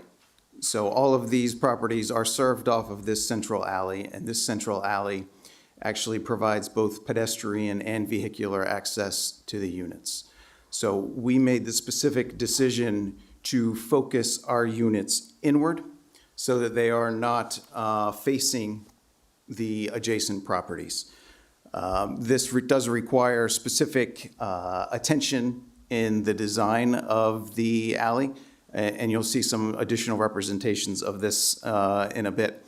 But this is a very unique space in that it is both vehicular and pedestrian access. Some of the other items that we incorporated or were cognizant of in the design, if you notice, there's trees on the left and trees on the top, which is the west and the south. There's a 10-foot buffer that is required by the zoning ordinance when transitional zoning abuts single family, or in this case specifically R1A zoning. So that's a planted buffer. The spacing of the trees and the shrubs are dictated by the zoning ordinance. There has been a recommendation from staff for a fence, which is certainly something that we can accommodate. I believe there is already a fence along the southern property line. Stormwater management was also a big factor in our design. You don't see it here. That's because it's entirely underground. What we did here compared to what we did at Oak Park and Lee Park, there we had individual bioretention units. So every lot, every unit had its own facility. This is a more common facility. It is located underground. It's in the shape of an L in the bottom left-hand corner. Again, it's underground, so you can't see it. But that is required to detain, provides both quantity and quality treatment. And that is designed to detain the 10-year, 24-hour storm. So we are actually reducing our impact on the existing storm infrastructure, which is a pipe that runs along in South Lee Street. Some of the other items, sorry, stay there for just a sec, just to touch base on these. We are consolidating curb cuts. There are currently 2 curb cuts. We are consolidating into 1. And then there is also a sidewalk, which I will talk about if you can go to the next slide, please. So this shows the same site plan superimposed on an aerial. This just basically shows it in context with the adjacent neighbors, single family, obviously, to the, in this case, to the left, to the top, and to the bottom, and commercial off to the right. We are also adding a 6-foot wide sidewalk along basically the entire frontage of our property. No sidewalk currently exists today. So we will be tying into a sidewalk that ends right at the property corner along 701 West Broad Street.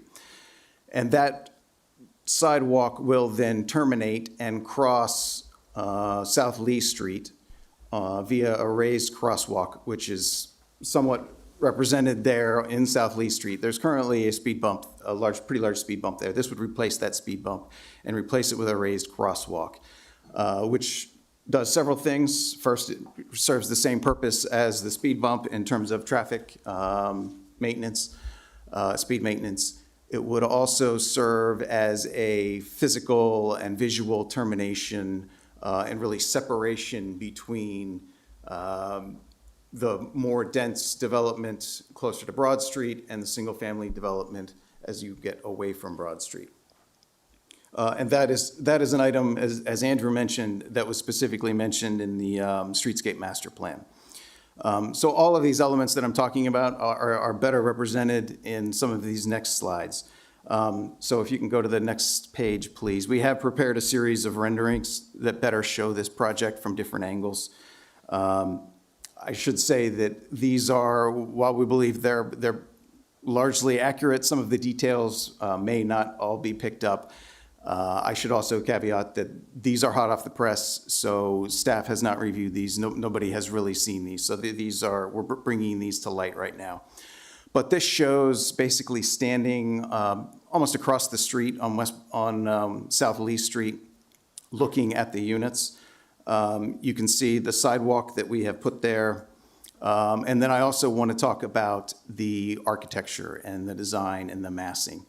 So we were very deliberate and specific in what we were designing here. We did not want to design the same units that we used at Oak Park and Lee Park. Not only did we not want to just reuse the same units, but we thought that this site demanded a different treatment. Those are more urban sites. This is less urban, and so we wanted to treat that accordingly. The biggest change that you'll see is in the roof lines. We are using pitched roofs from front to back, as well as there's hips on the end units. You can see this along South Lee Street. You'll see it in a slide or two on the back as well. So it really serves to lower and reduce the mass of both of these buildings to keep it more in check with the single family, as well as to provide that a smoother transition between the single family detached and the commercial properties. So you can see that the materials are mostly brick. This shows the alley as being mostly pavers, and as I mentioned, you can see the extended sidewalk as well. The next slide is basically the same. It's just a slightly different angle. So I'm not going to spend a whole lot of time here, but you can just see, you can see how we oriented the two units facing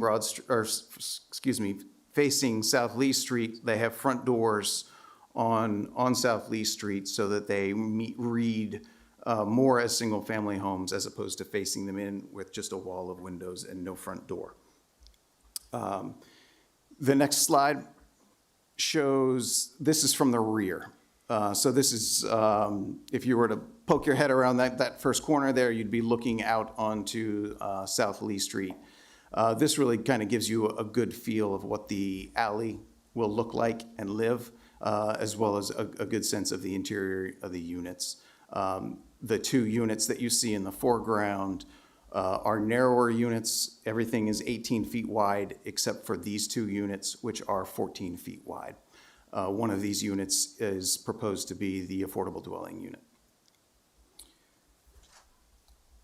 So if we can go to the next slide, this really shows, I think this is a great representation that really shows the project in context. It shows on the left-hand side in the foreground is 110 South Lee Street. Then you can see our townhomes in 2 rows there, followed by the commercial building at 701 Broad Street. And then in the very far distance across Broad Street is the Kensington. So I think this does a really good job of demonstrating the transition that Andrew was talking about from higher density, more commercial or mixed use toward single family. And I think the townhomes that we're proposing really creates really a great transition between those two units, those two unit types, as well as those two densities. So I want to build on what's shown here and talk a little bit more about the relationship between our proposed townhomes and the adjacent uses. If we can go to the next slide. So this shows a section basically standing in South Lee Street. That's 110 South Lee Street on the left, which is the existing single family home. Our townhomes are in the middle, and then there's a box on the right, which represents, in this case, what could be built on 701 West Broad Street, which would be an 85-foot, with a special exception, mixed-use project. So this, you can see there's a red line kind of on the left quarter. That really shows the border of the planning opportunity area. So everything to the right of that is within the West Broad Street planning opportunity area. Everything to the left is outside. And then I want to zoom in to really focus on the relationship between 110 South Broad Street and our townhomes. So if we can go to the next slide. So this really zooms in. Yeah, there you go. Good. So this is an accurate representation of both horizontal and vertical distances and heights. That's 110 South again on the left. That's our proposed townhome on the right. The max building height in the transitional zone is 45 feet. We are about 31 feet to the eave line on our townhome. Building height is measured to the midpoint of the roof, and we're about 37 feet to the midpoint. So our building height is about 37 feet versus the max of 45 feet. Staff also had a Context, comment. I think the midpoint for single-family homes is 35 feet as well, right, staff? Okay, thank you. Yep.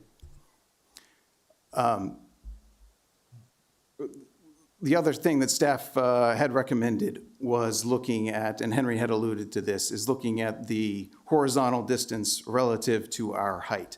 And so the distance between the two buildings, the existing building at 110 South Lee and our building, is about 39 feet.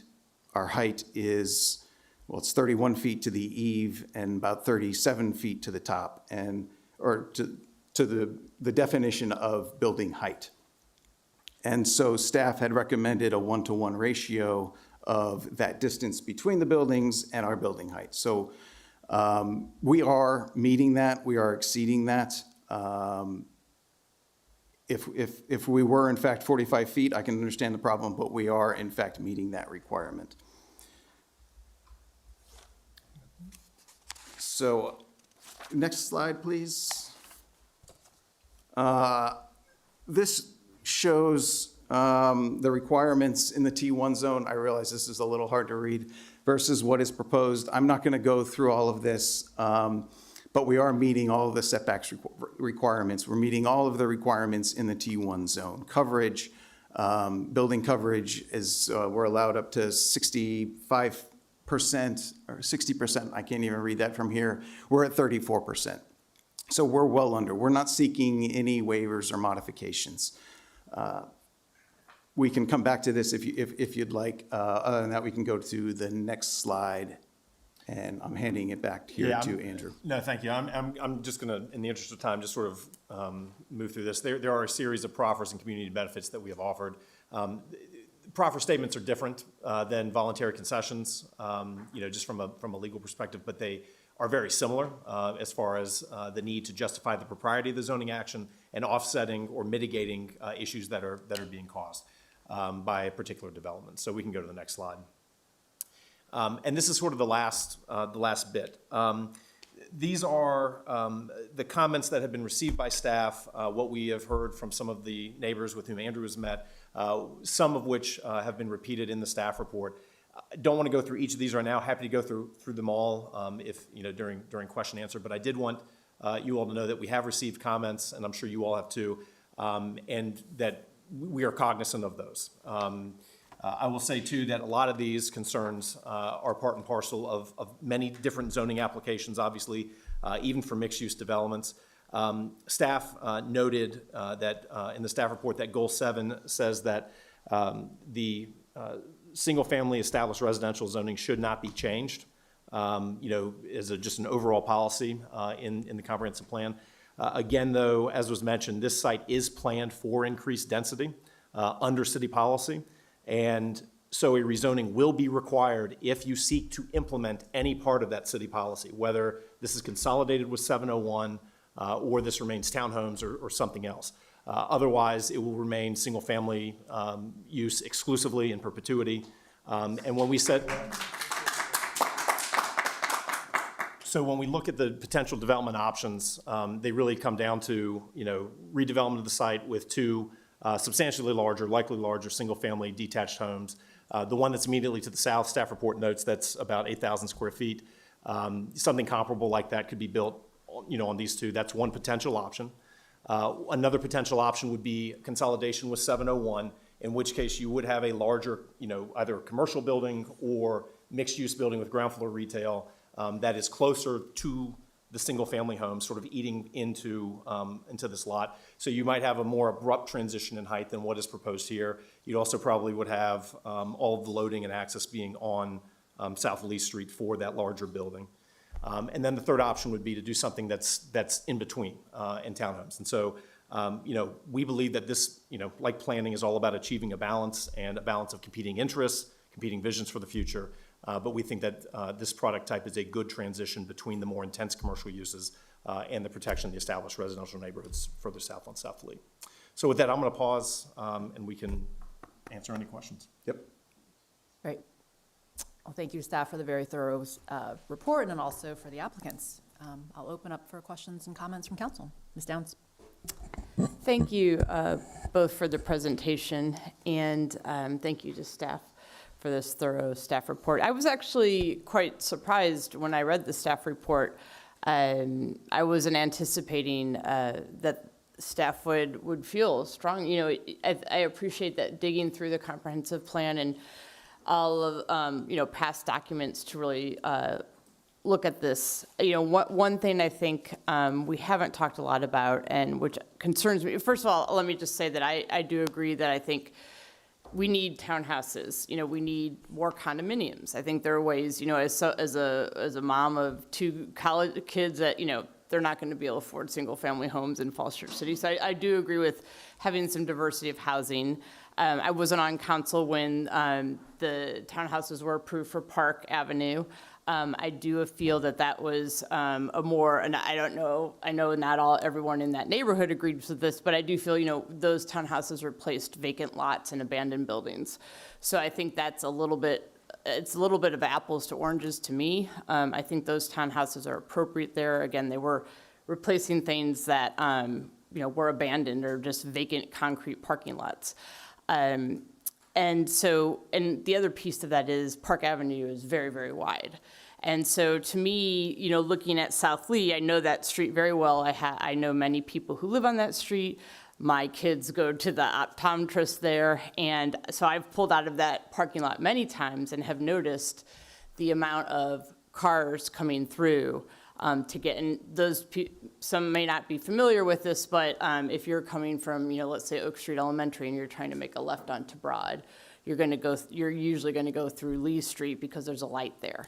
And so Lee Street gets a lot of cut through traffic, and I see it myself when I'm, at the optometrist or going to see someone I know on that street. It's a narrow street.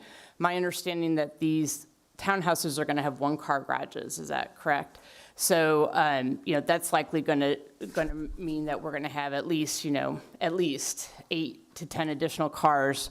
I don't know. Maybe these will just be one-car families, but I don't think they all will be. So that means more cars are going to be parked on the street. In one sense, that slows down traffic, but it also makes it very difficult to get around, maneuver on that street because it's a very narrow street. So I do worry. I don't think a lot has been paid attention to the traffic piece. I know this neighborhood's also already gone through traffic calming measures in the past. So that's one concern I have. I think staff, did a good job going through the different, that it will alter the character of the neighborhood. I am concerned about that house at 110 South Lee Street. I know as you said, you feel like you've done your job, but, again, the staff report talks about, that house is going to be, it's going to really change, probably the value of 110 South Lee with an enormous development right next door. So, that's something I think that we need to look at. And, when I think about it, again, I do support townhouses, but when I think about changing the staff report, I tried as much as I can to really listen to staff because they're the experts. So the staff has some compelling reasons why not to approve this. I also look at that, what does we've received letters from, 30 or so neighbors in that area. And to me, I think to myself, it would be if it was something like affordable housing or something that really is something that we could really use as a public good, a compelling public purpose, then maybe I could see it. I know that also in the staff report talks about needing 3 acres for the kinds of townhouses of this big of a development, so that this is 0.5 acres. So that's another thing. And then with the sewer infrastructure, I know that it says the capacity is there, but there's also some pressure on the sewer lines on South Lee. So, I do, and overall, I do understand your point of that transition, that eventually, if eventually it could be that a big mixed-use development comes up on those lots. And maybe this is an opportunity to transition from a commercial down to residential. But I just really do have concerns about, again, just the narrowness of that street and just, really the quality of life for our neighbors on South Lee. So I'll just put that out there. And thank you again for the presentation. Okay, who else? Dave? Thank you. So it seems that the lead argument for this is that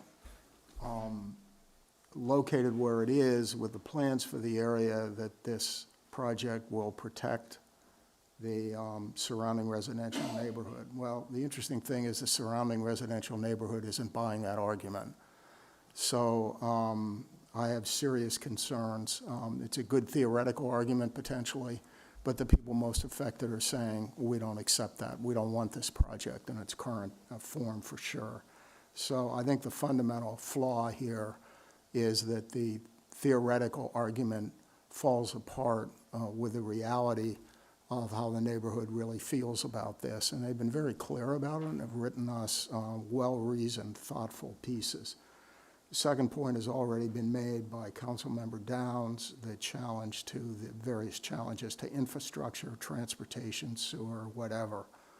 A third indication is that the proffers don't begin to cover the additional potential costs, public service costs, whether it be education or otherwise.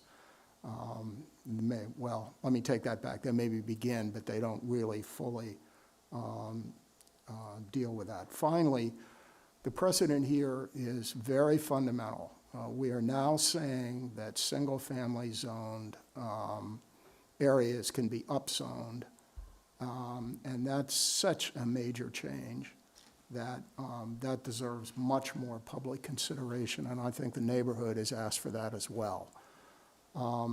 And I will note that as recently as last week, when we were considering a project at Maple and Annandale, of course, thrown right at us, well, you approved a project with virtually the same thing with very low commercial content, far under 10%, at Founders Row 2. So there's no question that if we grant this project, that it will be used as a precedent for future ways to break through single-family zoning and thereby degrade our neighborhoods.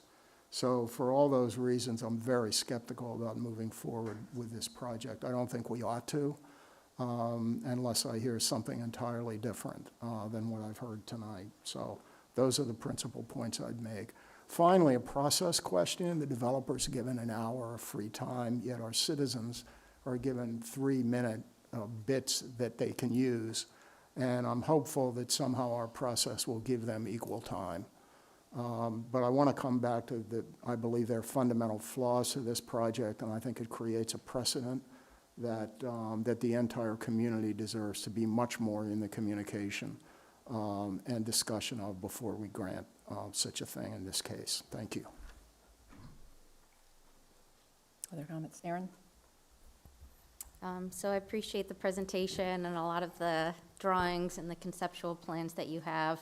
I'm going to, I think, be in the company of Ms. Downs and Mr. Snyder here.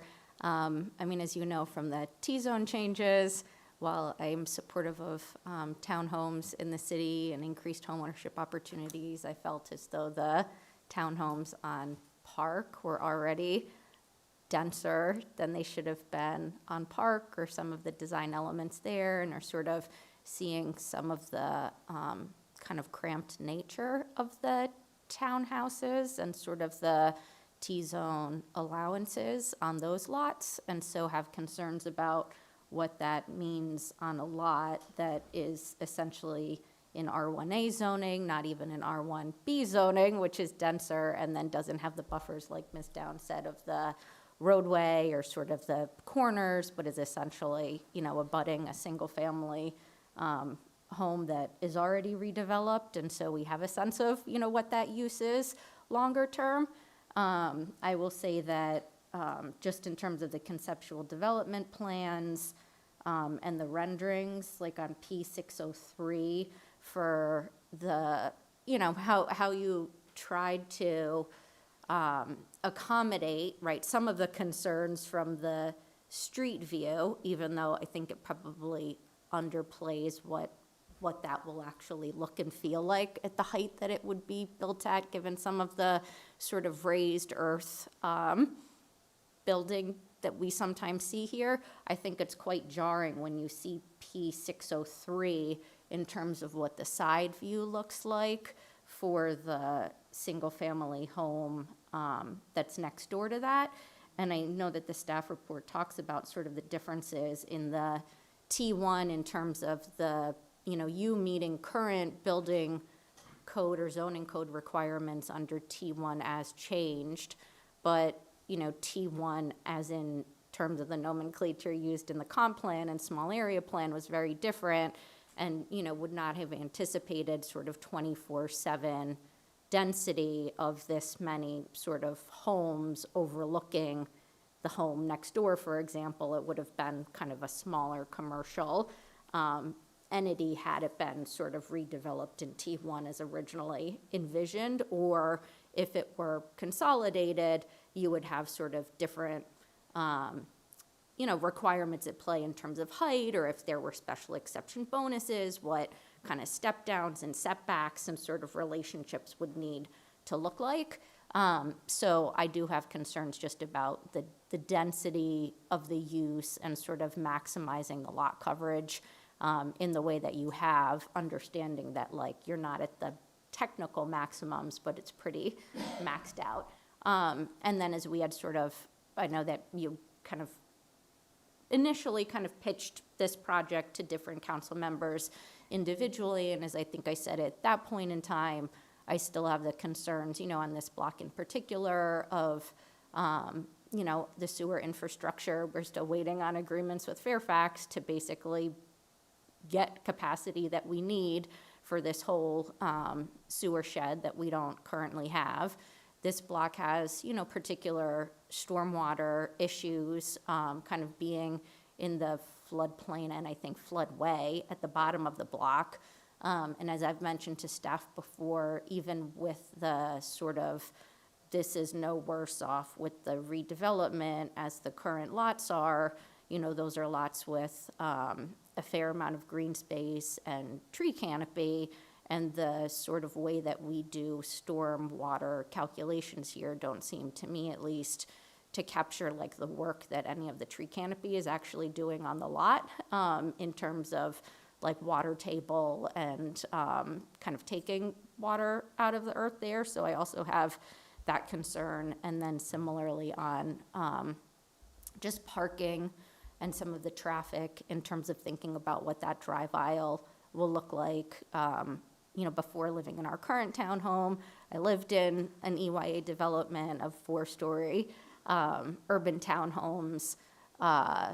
You know, the drive aisle that we had similarly to these, you know, it's hard to navigate. The kids are kind of always out back. I've told you that I've had concerns about sort of the pupil generation rates and whether they're realistic in terms of the amount of students sort of you're calculating, especially given kind of where we live and how well regarded the schools are in terms of sort of the impacts on public costs, and also just what that drive aisle is realistically going to look like and how it's going to be used. If you have both the garages and the front doors there, you are probably going to end up pushing, you know, those cars out into the street, assuming the one car is the only car the owners have. Like the likelihood that they're parking on the street is probably greater than going in and out of the driveway, kind of given how some people actually use the houses and the additional space on the first floor, even if like you have HOA requirements that would tell people that they should be using their garages like solely for their cars. So for all those reasons, you know, I too kind of have concerns about the project and how it presents at this point in time. Okay, other comments or questions? Guess it's just Justine, Mary Beth, if you have some. I think you're the only ones left. Sure. I'll And just Debbie, I quickly guess, go. too. Go ahead, Justine. Thank you so much for this presentation. Just a couple notes. I was reading through the letters that we got. Have you been in touch with the neighborhood? Have you been interacting with some of the nearby neighbors? It was, I believe, back in late January, early February, I sent out approximately 13 letters to a radius that surrounded our property. I met with approximately 5 or 6 neighbors and basically gave them a similar presentation to what you saw tonight. Okay. And have you been talking to them about some of the concerns, or no, not recently? I mean, the purpose of that was really to get their feedback and understand their concerns. Mm-hmm. I have not had any continued or ongoing dialogue since that time. Okay. Yeah, from my perspective, we just saw the affordable housing living policy a few weeks ago. We have, I think in that report, it said 2,000 single-family homes, 2,000 apartments, and then very few townhomes. So I'm generally supportive of welcoming more townhomes to our community. From what I was going through in the letter, key issues were talking about infrastructure like stormwater and wastewater, and then the financial impacts. I don't necessarily see a lot of the concerns as necessarily being incompatible with the project. So at least from my perspective, I'm optimistic that there's some way to address concerns while still moving forward in some shape or form. Okay. Debbie? While you're feeling. Thank you. Can you hear me? Yep. Great. I share the sentiments of many of my colleagues, starting with Ms. Downs and talking about supporting diversity of housing and thinking about those returning to Falls Church. We've heard in Park Avenue that Park and Oak that there are many people who are already within the city that are either downsizing to townhomes or, upsizing from apartments or smaller dwellings. So in concept, I am in support of townhomes and condos in general. In my conversations about this particular project, I expressed concerns about the timing of this. We have two projects that we haven't seen fully completed and developed to see whether our ideas of what our student projections and stormwater and infrastructure will be like, to see them actuated. And I would really like to see those results and have that data to be making decisions about any additional expansions of that. And then I'm concerned about staff's concern about infrastructure. So those are two of my main concerns. And I think the rest have been summarized by others as well. Okay. Thanks, Debbie. Mary Beth, do you want to go? Thank you for both of these presentations and for the questions from my colleagues. I want to take a slightly different take on this because it reminds me of at least two other projects that we've discussed, approved, hashed in the last 11 years. So starting with the line 41 where it talks about the character of the existing neighborhood, which is R1A. One of the things about the character of the existing neighborhood in Falls Church, I think we're going to have to start to identify actually what that is, because Lee Street, like so many other streets in Falls Church, the character has changed a lot in the last 20 years, right? There's still single-family homes, but they went from being one-story, small brick single-family homes to much larger homes. And at some point, we switch. The pendulum swings so that it's a neighborhood of very large homes instead of a neighborhood of very small homes or mixed homes. So I don't think that goes one way or the other towards this development in particular, but I do think it's something we need to start to think about as we're talking about the character of neighborhoods, that they're not all little houses as they were built in the 1930s. And when I do tours of the City of Falls Church, which I do a lot of, we talk about the fact that a lot of Falls Church was built as a GI Bill community. And one of the best things about Falls Church is that we don't have all those little GI Bill homes anymore. They've all expanded in different ways. Many people have expanded theirs in different ways. So Falls Church doesn't look all the same. So that's just a general comment as I think about that character of the existing neighborhood line that we use, that the planning department uses, that we consider as shorthand for protecting the neighborhood. When I first heard about this project, I was thinking about it along the lines of what we heard from the Andrews, that this would actually protect the neighborhood because it could become a So as I think about, for example, let me back up again, the Broad and Washington project that is very close to a residential neighborhood, and all of the back and forth we had to do to protect that residential neighborhood. So I thought, well, if this goes in, then it would actually protect the residential neighborhood from any other kind of mixed-use development that could potentially go on Broad Street. It would provide that transition.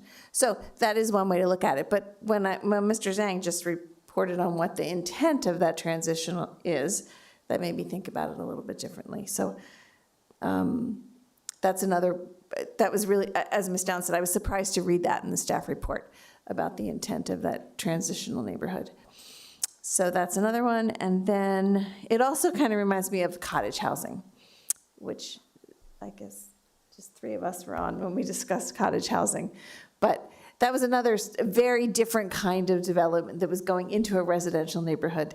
And we had a lot of conversations about the character of the neighborhood and what cottage housing meant and how many car trips there would be and what it would do to the neighborhood and how it would change things. And again, that was a neighborhood that was undergoing a lot of development from small houses to larger houses and how this would fit in and how it would make people feel comfortable. So that's what this also reminds me of, is that we just don't know what this is going to do if it were to be approved.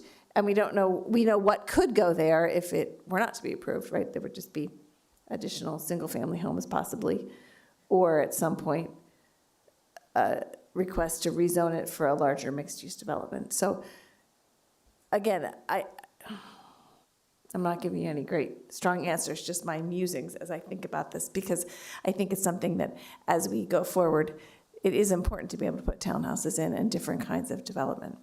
So I'm going to leave it at that. Okay, so to wrap up, I guess I'll be the fifth person to actually say that in general, the city would welcome more housing choices of all shapes and sizes. And so I think townhouses, condos, 2-over-2s, all the different kind of middle housing types that we've talked about, that we've looked at in the demographics report, are needed in Falls Church, whether it's people downsizing or outgrowing their apartments and condos. And so I will start there. Second point, I also believe that those two parcels should be transitioned. I was around for that small area plan, I think in 2016, 2017, I was a new council member then, and we did talk about kind of what would be an appropriate transition into neighborhoods. I generally think that townhomes or some other types of middle housing would probably be a good use there. I have concerns about the timing of this, and some of it I think Debbie talked about. So I've heard concerns from some of my colleagues around student projections, property values. I guess I'll just put out there that we have data that adding housing choices don't degrade property values and don't impact neighborhood character. And so that's something that I think is a common thing that is tossed out, but I think we've seen time and again that when we have new development of budding single-family homes, it does not actually degrade your neighborhood, degrade neighborhood character or impact your property value. So I'll put that out there. But that said, I think there is a lot, no one believes it until they actually see it themselves. And so I think seeing the Park Avenue townhomes will confirm a lot of what we believe up here. And so my personal concern is really a timing. I did want to ask a couple things on the staff report. One thing I wanted to call out is, I think on the section about setbacks, I think the staff report recommends a 1-to-1 ratio for height to setback. Is that right, Henry and Gary? Yeah, that's correct. And so that for 45-foot tall, or wherever the midpoint would be, you would recommend a 45-foot setback? Yes. And confirm my understanding that for single-family homes in R1A, we require a 15-foot side yard setback for a 35-foot in height? Yeah, generally. So why would we penalize one housing type so much when we actually allow really tall single-family homes that are up and down our streets right now with only 15-foot setback? Well, actually, this is the rezoning process. We haven't get to the design issue yet. Actually, at this time, of course, we have a different design option can employ to make the impact of this massing, not so significant. But we haven't in that zone yet. That's why it's open up to negotiation. From this point of view, the staff would like just to try to protect the existing single family, and then that's why we kind of recommend a minimum 1.1. Maybe we can see different option at the time when we achieve the zone. I guess I would like to have more discussion on that because it just like we are unfairly penalizing one type of housing and holding to much higher bar of what setback would be based on the height when single-family homes don't have to meet that bar. Am I understanding it correctly? Can I address that? Sure. In our conversations with staff, we did talk about this quite extensively, the setback versus the height. In that discussion, it was made abundantly clear that the setback was not relating to the property line. It was the setback between the buildings.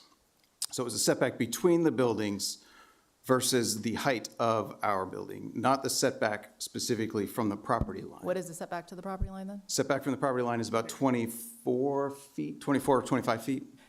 Okay, well, it was more of a staff concern, because in general, I think my take, and I've said this before when we've dealt with other rezonings and just buildings abutting other buildings, is I just think we should hold things consistent, that we shouldn't penalize one type of, whether we were building accessory dwellings, making that more restrictive than what people can already do by right when we're doing sheds and garages, for example. We had that debate up here. So that was my general take, is that we should not penalize townhomes necessarily and hold them to stricter standard than what is allowed in R1A already.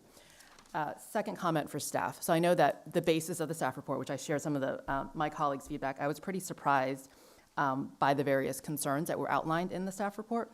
The one that dates back to the 2005 comp plan that essentially says, hey, these are future Ts because it enables future redevelopment on the commercial corridor. And then again, the 2016 small area plan that talks about different nodes of density and where there might be density.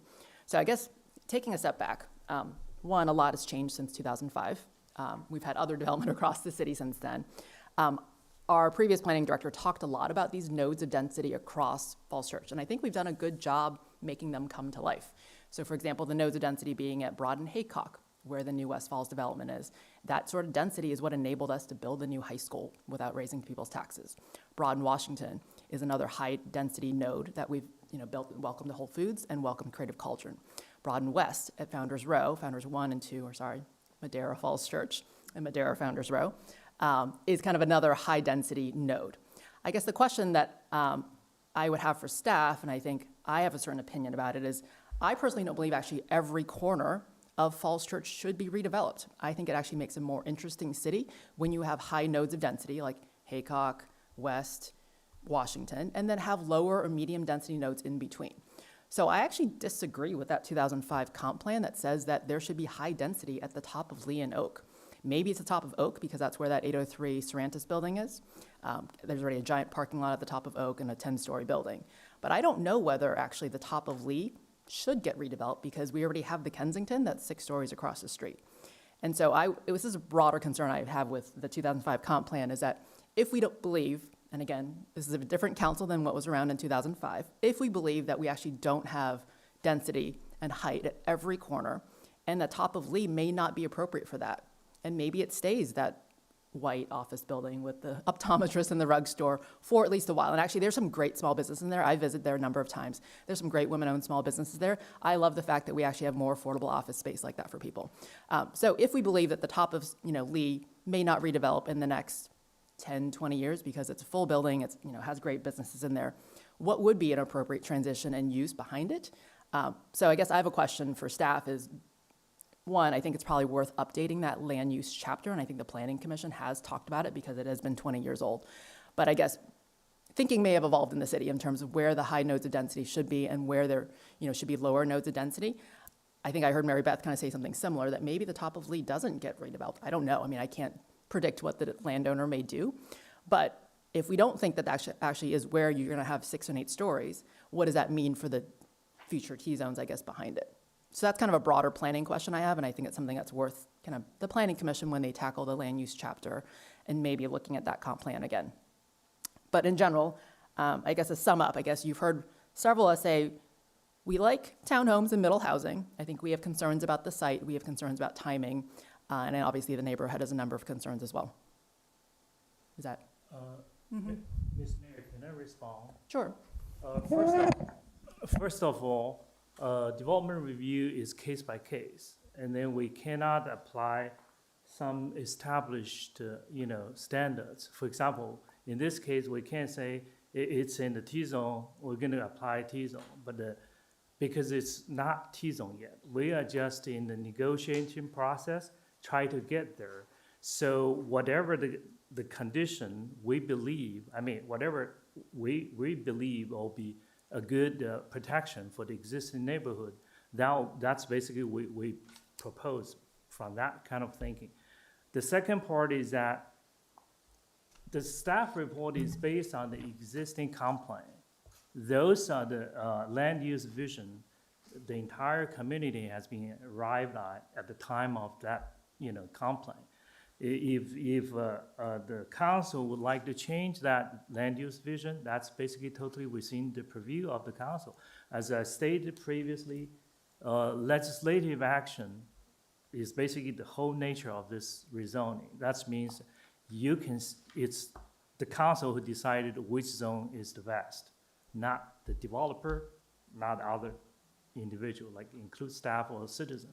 So if the council would like to change the land use vision, and then, that's totally within your purview. Got it. Thank you. And that's my point, I guess, is for that comp plan chapter, I think the land use chapter has already been identified by the Planning Commission as probably one of the next ones to update. And I think based on this conversation where, again, maybe me and Mary Beth were the ones who pointed out that maybe the land use thinking has changed a bit about where the nodes of density should be. I would add, when we look at, we have some criteria that we use when we look at land use changes and amendments. And one of them, of the four, is there has been significant change. And so that is a factor that is considered. So, I will acknowledge that as one of the evaluation criteria that we apply. Because since 2005, we've added a lot more development, and I Yeah. guess the character of Broad Street has changed, so that might change our thinking of which projects have materialized, where did we get density, what does that mean for the future of Broad Street, right? So I think in some ways this feels a little ahead of that conversation, because I think as a council and as a planning commission, we probably want to talk about that if that chapter hasn't been updated in 20 years. Madam Mayor, if I may respond just a couple of things.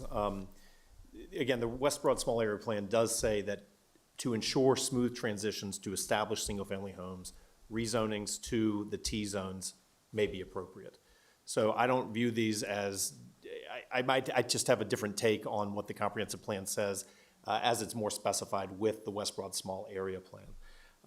And then also the nature of the T-zone itself has changed following the 2023 amendments to the T-zone ordinance about how we view what the T-zones are. And I only say that because all of the townhouse projects, all of them within the city that exist today are outside of the planning opportunity areas, except for the ones in 400 block of West Broad behind Spectrum that Madison built. And so to apply suburban standards outside of these more urban corridors, we don't know if that's necessarily appropriate because, again, the nature of the T-zones has changed, how we think about what it should be. And to build on a point that I think that you made too, if it's not townhomes or something that's lower intensity as a buffer between established single-family homes and the more intense commercial corridors, what is staff's vision for these two properties? What then is it? Is it because maybe it is just single-family homes, but yeah, maybe, but it would be interesting to find that out as well because, the policies do call for some plan changes there. With respect to, infrastructure, sewer, sanitary, pupils, again, we can get into all of that if you'd like. We have responses to those. But we're certainly willing to work with staff, willing to work with council and the community to try to find a good middle ground on this because something we think should go here. It benefits the city overall. So I'll just leave it at that. Okay, sure. The other thing we didn't discuss that I think it bears we talked about the house at 110 South Lee. We didn't talk about the houses on Oak Street that back up to it. What's the difference there? And also the one across the street on South Lee. So by drawing what you're proposing, we're making a little bump out of a T-zone that's surrounded by areas that aren't T-zones. So I think that's another thing to consider as we think about, like, one little bump out is a little bit awkward. Not that we want to do the whole strip there, but that little bump out is just, if you look at it in that picture, it just sort of pops in there. And I think, Councilman Connolly, if we can go up to the map, you plan for, the comprehensive plan and the future land use map is a vision of how the city wants to develop in the time period of the plan, right? So that's approximately 20 some odd years into the future. And so ideally, over time, all of the areas that are planned for business along West Broad Street would redevelop. Ideally, over time, all of the T-zone areas on the south side of West Broad Street would similarly redevelop. This just happens to be the first available opportunity to make, to make that happen. But, the properties to the west along Oak Street and then to the east along South Lee Street are all planned to redevelop to a higher intensity use. And you can see that there, and that's why they were added into the, the planning opportunity area. But certainly just one off, this is the first, first one, So my thought is just if we are to start to rezone those purple properties, does it make sense to do it as a one-off? That's all. Okay, any final comments or thoughts? Thank you. Thank you very much for your time. It's 10 Here we're o'clock. at the 2.5 hour mark. Can we take Yeah, I was a going to quick suggest a break before we get to the second half of our agenda. Great. Let's regroup at 10:10. Thank you.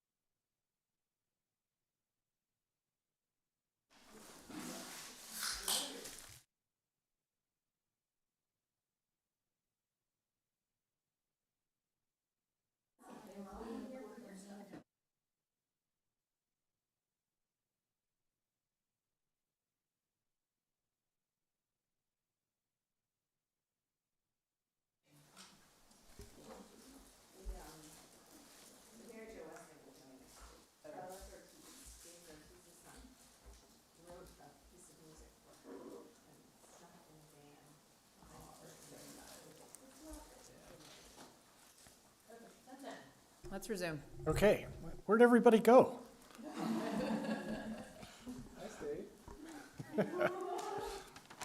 Okay, so the next item, we're going to follow up from presentation at the last meeting on the General Assembly legislation specific to site plan and subdivision, potential code changes and staff's recommendations on the path forward for that. And once again, I'm going to turn things over to Mr. Fuller.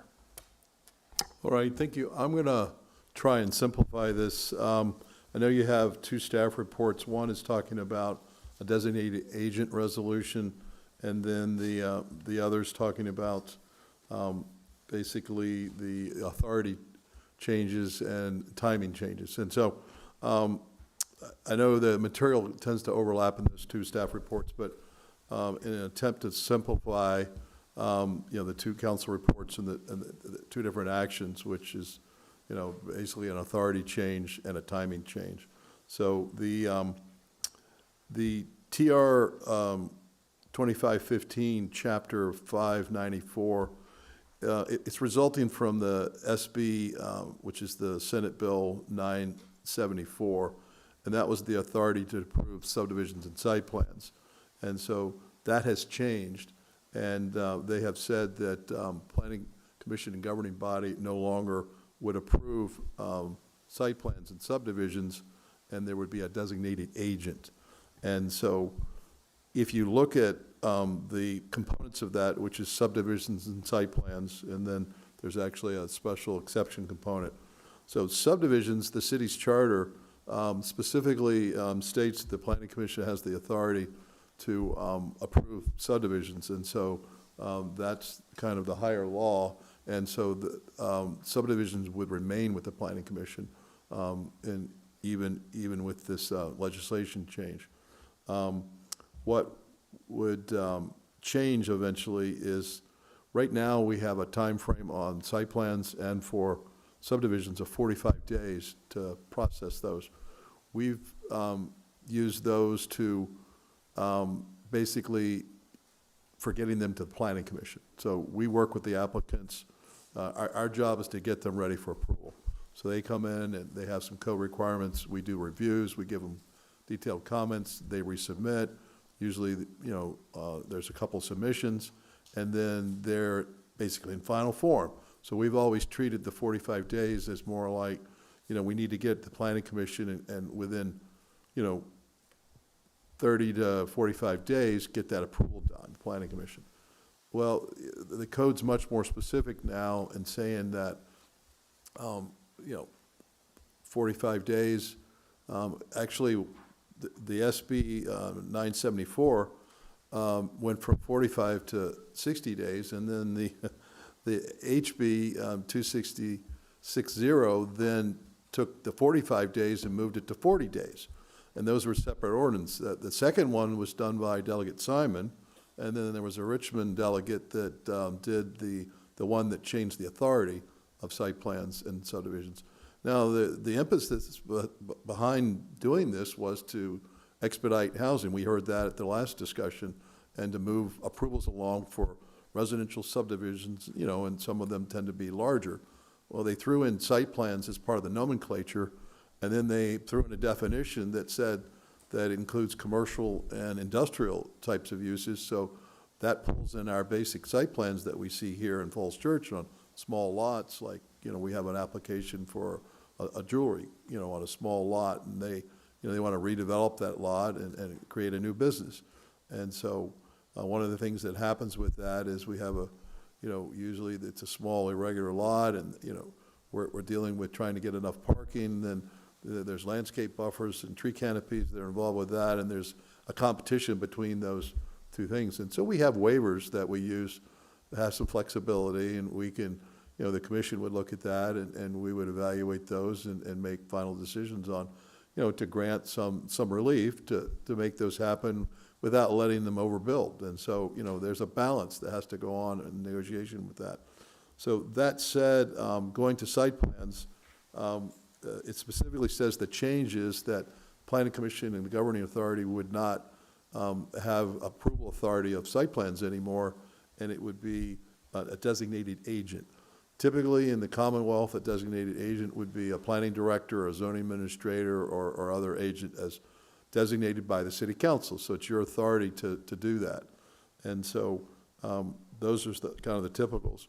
The unique situation we have is we have the SPSE process, which Westfall's used. Now, that's very unique in the city in that we've designated an economic development zone up there.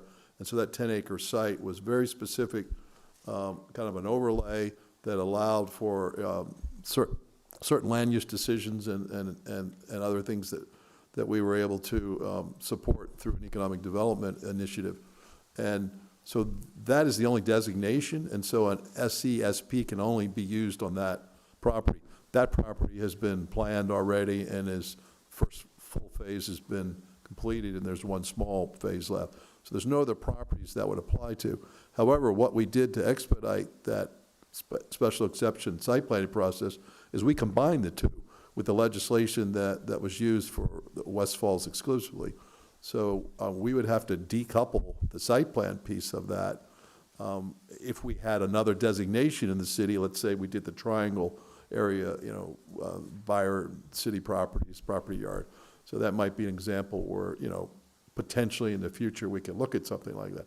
But we don't have that designation, and so while we wouldn't have any application of it, we would have to decouple that under this legislation.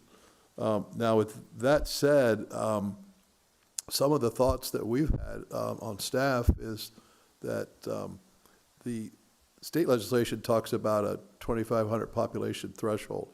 So any jurisdiction under that, the Planning Commission can retain the site plan authority.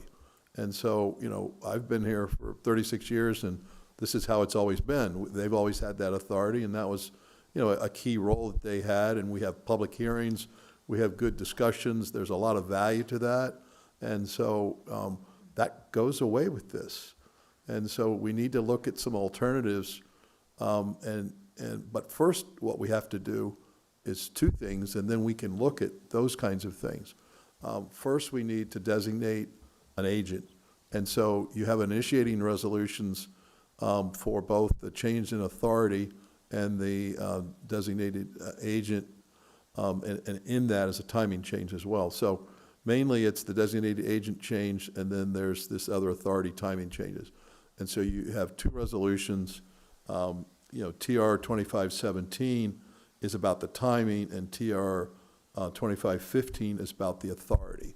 And so, I'll say that again, TR 2515 is about the authority, that's subdivision site plan, and TR 2517 is about timing only. So that's the key to remember those, and that's really all you need. What we need to do is July 1, the state law takes effect. So if a site plan comes in, which I have one pending, but we need to have the authority established on who's going to do that. So the idea is on the 16th of June, you would provide for a designated agent. So we would have that authority July 1, and what's recommended at this point is the planning director. Now, during the process, which is the second part, we'll be looking at updating the city code to reflect the state code changes. And we've already, Jack's already scoured all that, and we've pulled that together, and he pulled together these staff reports for us.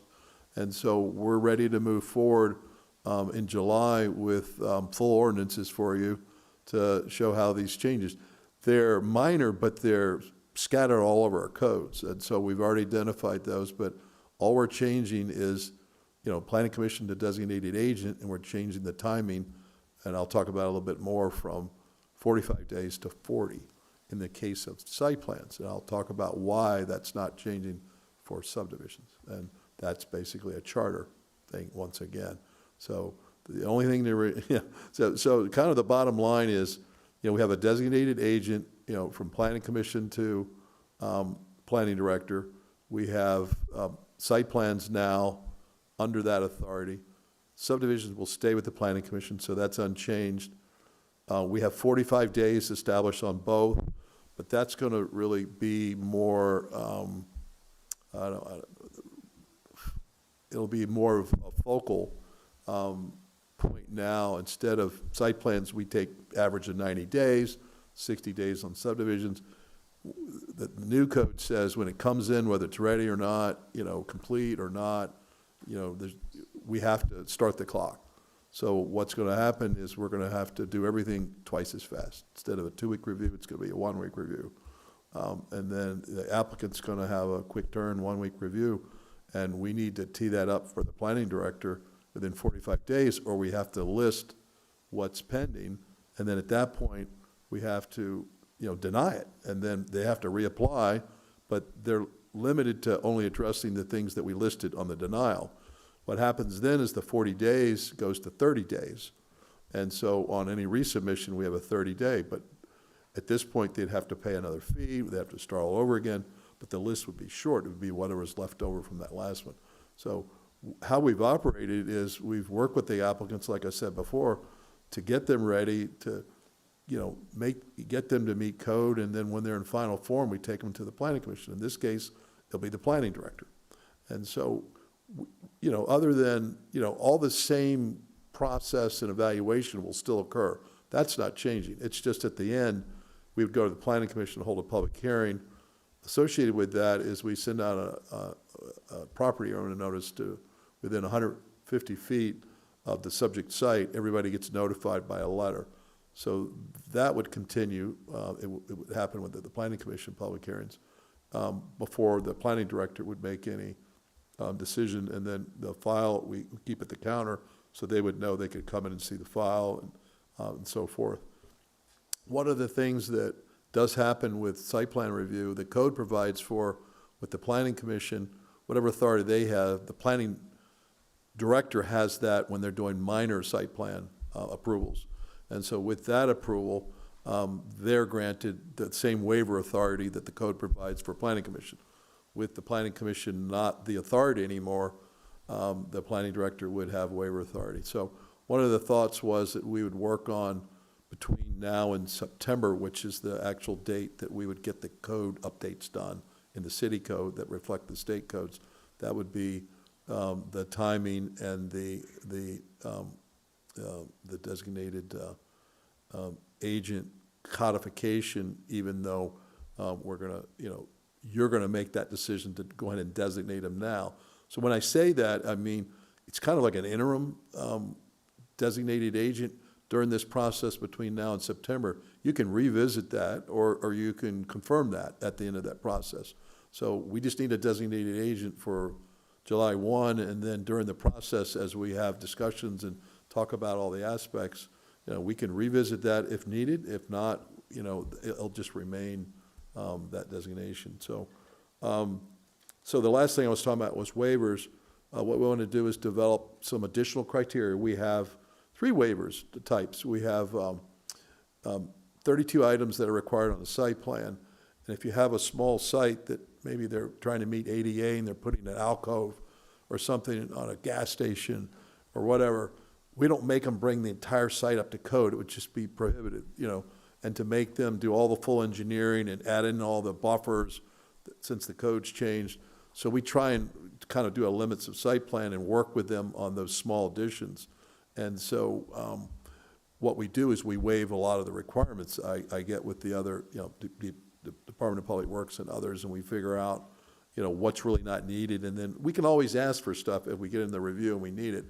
And so that waiver provision has specific criteria right now, and we could, add to that a little bit. That's the only one that really has a lot of criteria. And so the second one is landscape waivers and buffers and tree canopy, islands, and parking lots. It's basically perimeter buffering between different uses and zones in some cases, as well as parking lot landscaping and, some canopy trees. So, and then you have parking, and with all the, the different uses, sometimes it's difficult to get all the landscaping and get all the parking on the same small irregular lot, and so we have those 3 waivers. So we have parking, landscaping, and then, submissions of the required site plan requirements on a plan sheet, for a small project that, with limited scope, we kind of work with them. So anyway, we'll be working on some criteria for that. we're not going to, revisit it much more than that, is to add some criteria so the planning director has a little more material to work with. And so that'll help enhance that. So with that said, like I said, the immediate action is the designated agent. We need that for the next meeting. That's why initiating resolution tonight. And on the other, we're going to be developing that further and, providing a full code changes for you. And then we'll have a process outlined, you can see in the staff report, that takes us to September 8th for final action on that. And so with that, hopefully I've kind of put it all in context, those actions, so I'll open it up for any further discussion. Justine? Thank you for that. I think a lot of us up here feel very strongly about how the Planning Commission adds value in the site plan process. And so all these changes, I guess, are, disappointing in some ways.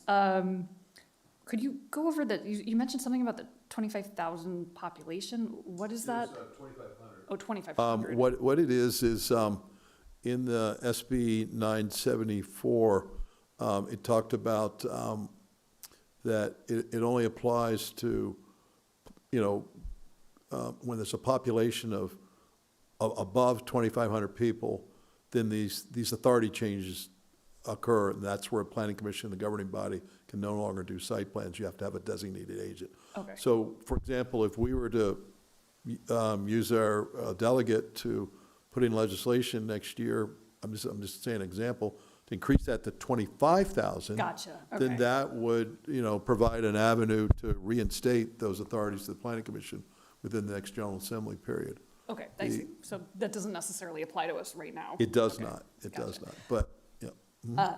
So then I guess in terms of this whole setup, a site plan would still go before Planning Commission in this process? It would or not. It would not at all? At all.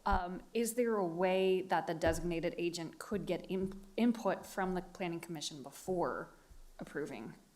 Yes, that was one of the things that we had suggested as well. We were thinking of kind of a development review kind of committee, advisory, that could make recommendations.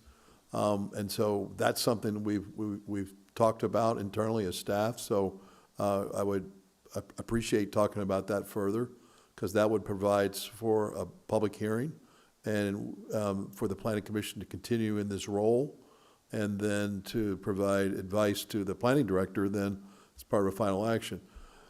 We can make it work in that case.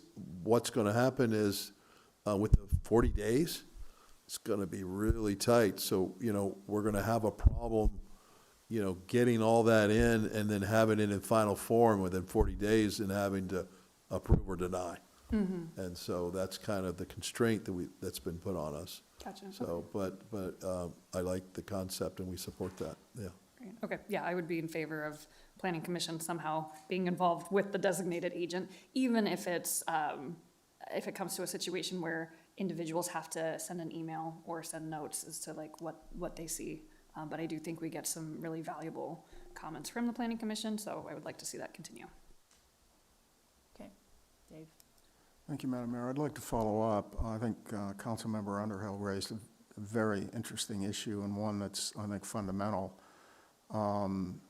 This legislation effectively, well, it does on its face take out the Planning Commission. Mm-hmm. And I'd like to find if there's a mandatory consultation with the Planning Commission, some sort of mandatory advisory role for the Planning Commission that can be built in, while the designated agent may, as a technical legal matter, make the final decision. The fact of the matter is that they're required to get input from the Planning Commission before they do that. So I'm interested in pursuing that. I'd also like a legislative history of this bill because it just reeks of special interest legislation. It removes citizen input, and and I don't recall discussing it in the legislative committee. And furthermore, it reduces the time for review from 60 days to 40 days. So, which then triggers the need for staff to provide more waivers in order to meet the deadline. So again, another pro-developer outcome for that. So, and I'm not anti-developer, but when you look at this legislation, I mean, it so tips the scale in ways which are both direct and subtle. And the net result is that it reduces citizen input and planning commission input.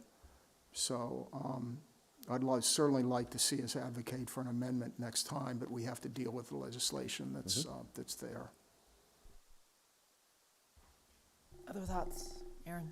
I agree with taking this up in terms of how staff and the planning commission together think it could be improved in terms of, our advocacy for the next legislative session.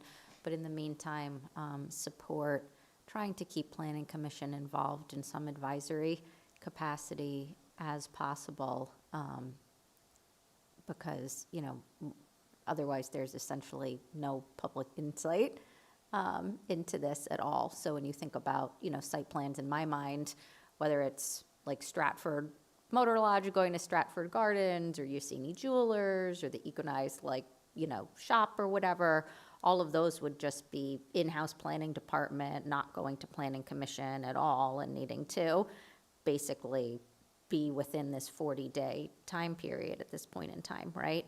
So it does seem like for a jurisdiction our size, even though we're not at the 2,500 was supposed to not burden small jurisdictions, but we are a small jurisdiction in an area that has a lot of demands on planning staff because of where we're located and the complexity of the sorts of projects we're looking at. So it does seem like, we're going to need to go back and kind of have some adjustments that we're advocating for. But I don't know if it would be possible, to have a pre-submission review, even with planning commission, where lots of times I know staff is in communication before the formal application comes in, and maybe in that period, you want to bring in planning commission to get the benefits of their view so that you can most effectively use your 40-day period with the benefits of that insight.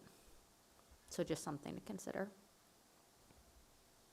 Yes, on the 40 days, they talk in concert to that, they talk about that you got to start the clock whenever they apply. You can't delay them with pre-meetings or you're incomplete or anything like that, but there's nothing that I can see that we couldn't add that as a recommended stop before you submit it, is come have a pre-meeting. And I think that's, for applicants, right, ultimately, you're trying to tell them hey, planning commission review is going to benefit your project because, they've seen these projects, they know it works, they know what the community is seeking, you have, public eyes on this, and hopefully it improves, the project in terms of, who's either going to be buying it, where the commercial space, or who your consumers are.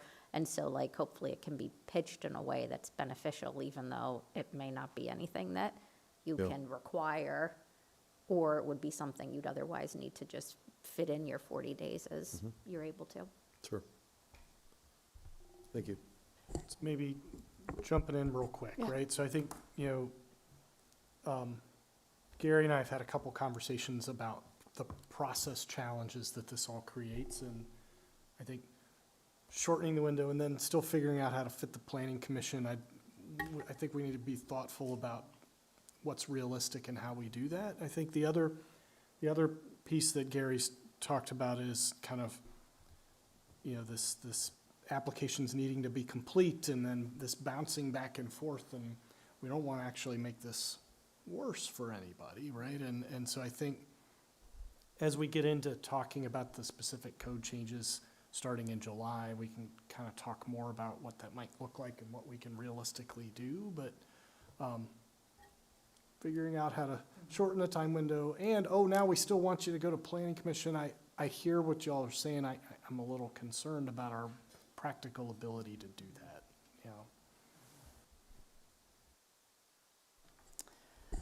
I think that's a great point.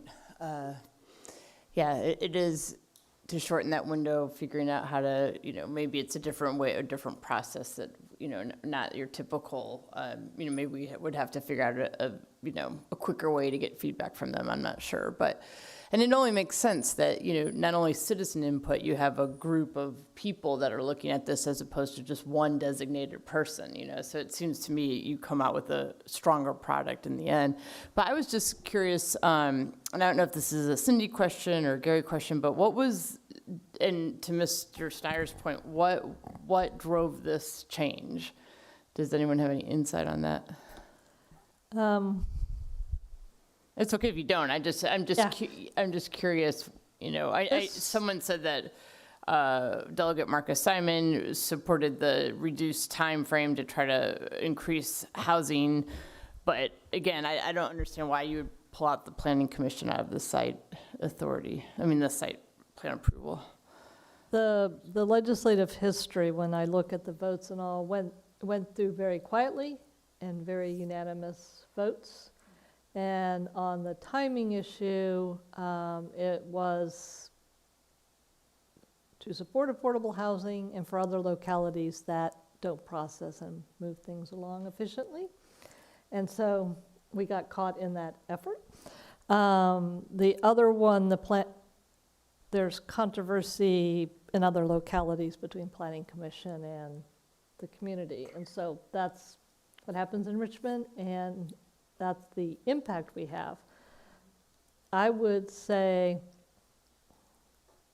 when I went to the Northern Virginia Regional Commission CAOs to report on this, we weren't the only ones, like the larger localities hadn't picked this up either.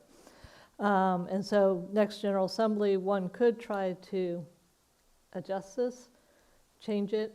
I would say if the City of Falls Church wanted to tackle that challenge and opportunity, we'd probably do better to look at our charter and where we have the subdivision protection, try to get the site plan there and not try to tackle what is a larger issue that had unintended consequences on us. Population might be a hard sale to change, but the official answer is to further affordable housing. There's other reasons. And just housing supply, right? I think in other jurisdictions, it's probably not like Falls Church, where maybe they're not doing enough on getting development through the process. And I think we often hear from applicants that spending 5 years through a process costs them a lot of money, and then projects become untenable. So I think I understand the legislative intent. One thought I would have is, if we think we can't, it would be helpful to monitor this and how this goes, right? So if we say, gosh, you got to fit it in 40 days, and the end result is we actually just have a bunch of projects that get rejected by staff, that would be good feedback to actually tell the General Assembly, hey, this actually doesn't work because you've made it so short that it actually has the opposite effect. Instead of just getting projects through, we just have to reject them. So I would say that, as we're trying to implement this, it would be helpful to monitor how many projects come through. Do we have to reject them because it's too short of a turnaround? And then that is then a useful conversation to the General Assembly versus just saying we don't like it. So that's what I would suggest to staff. So I think I understand the broader intent. I think clearly we've had a very good relationship with the Planning Commission and the coordination with staff on this, but I think it's worth monitoring how it goes once we implement this. Madam Mayor, could I ask one more question? So what does this do for public notification? So take us through a project proposal. What this would do is, normally we would have staff review, and then once the applicant was ready in final form, we would send them to a public hearing. Prior to that, we have a work session in which Planning Commission, similar to the council, has a preview and can comment, and before they act on it. It's usually a public hearing, and that's noticed by letter. What I mentioned before was we have a process where everybody within 150 feet gets a letter describing the project and who they can call for more information. One thing that we've done informally, it's not codified anywhere, we've ordered realtor type of signs that it's a public notice sign, and we put them in the front yard of the subdivision or the site plan, all four sides, as a courtesy, just to let them know that something's happened on this property. And so we do that at the time of first work session. And so any first public meeting, those signs go up in advance. And so, you know, usually that's a work session with the planning commission. So to answer your question is, that public hearing goes away. There's no public, body of citizens that's conducting that, nor a public hearing for citizenry to come to comment on it. It's noticed to the parties within 150 feet, and they're the only ones that are aware of it, other than the signs would go up. We would continue to do that as, probably as soon as the application comes in now, because of the fast pace. And then, they could call and get more information. We'd have the file at the front desk. So it would be that limiting in terms of, opportunity for public input would be to come in and talk to the designated agent, the planning director or the case planner. Yes. So the impact is not only on effectively removing the planning commission, but it's effectively reducing the ability of the public to know what's going on. That's what I hear you saying. So that's there are correct. multiple things being done here. And this is a request to staff. Please don't react to this in a way that reduces public input to the extent that you possibly can. Please don't feel that now you have to give developers even more leeway than they have because you can't meet the deadline unless you do that. So those would be a couple of my requests going forward. And I do think we need to take this up as a legislative priority for next session. So thanks a lot. Check and see if Debbie has opinions. So, okay, any final thoughts on this? So we do the initiating resolution and the other, the interim designation next week. Yes, and that would get us started, and then we'd come back with formal code changes in July, and we would have a designated agent on, in case a site plan comes in or one rolls over. We have just one right now that could possibly roll over. So anyway, at this point, I would appreciate that we have that authority to act on any subdivision, any site plan that may come in. Subdivisions are still by planning commission. Yeah, my question is, what do we have in flight or upcoming, just so we're aware? At this point, we have Yassini Jewelers, which is an anomaly. They've been in the process for over a year. They have not been able to get out. Andrew Painter's helping them now. It's been difficult to get them to address issues. And so anyway, that could roll over. We gave them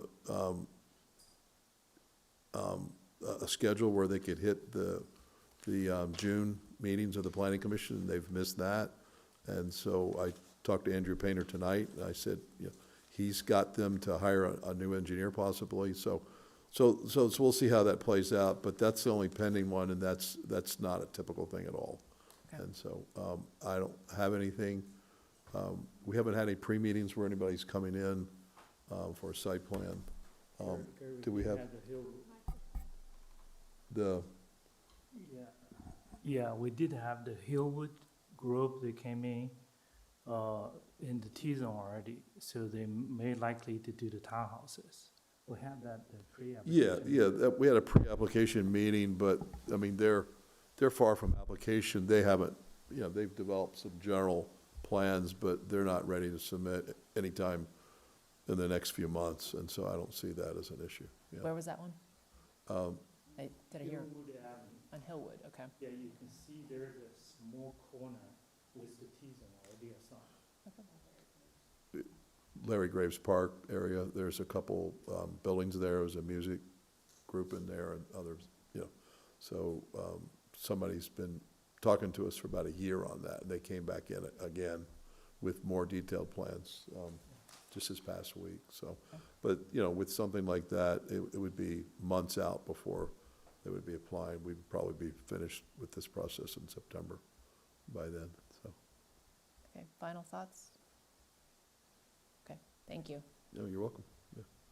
Thanks for the input. Yeah. Okay, next.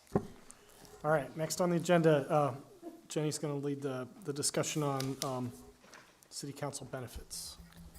And if I could request before we do the staff report to remind council to do your disclosure on resolution for council benefits.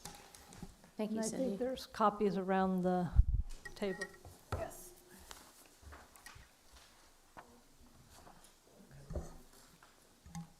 Sharon, thanks for sticking around so late for us. Of course.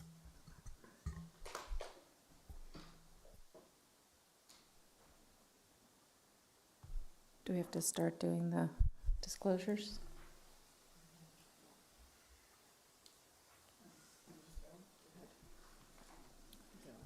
The city council is discussing tonight a resolution that would make employee benefits available to the mayor and city council members effective July 1st, 2026. My term on council will conclude after July 1st, 2026, causing me to have a personal interest in this resolution. However, I've elected to participate in this transaction because I am able to participate in it fairly objectively and in the public interest. The City Council is discussing tonight a resolution that would make employee benefits available to the mayor and council members effective July 1st, 2026. My term on council concludes this year. However, I may choose to seek another term, which, if successful, would cause me to have a personal interest in this resolution. I have elected to participate in this transaction because I'm able to participate in it fairly objectively and in the public interest. The City Council is discussing tonight a resolution that would make employee benefits available to the mayor and council members effective July 1, 2026. My term on council concludes this year. However, I may choose to seek another term, which, if successful, would cause me to have a personal interest in this resolution.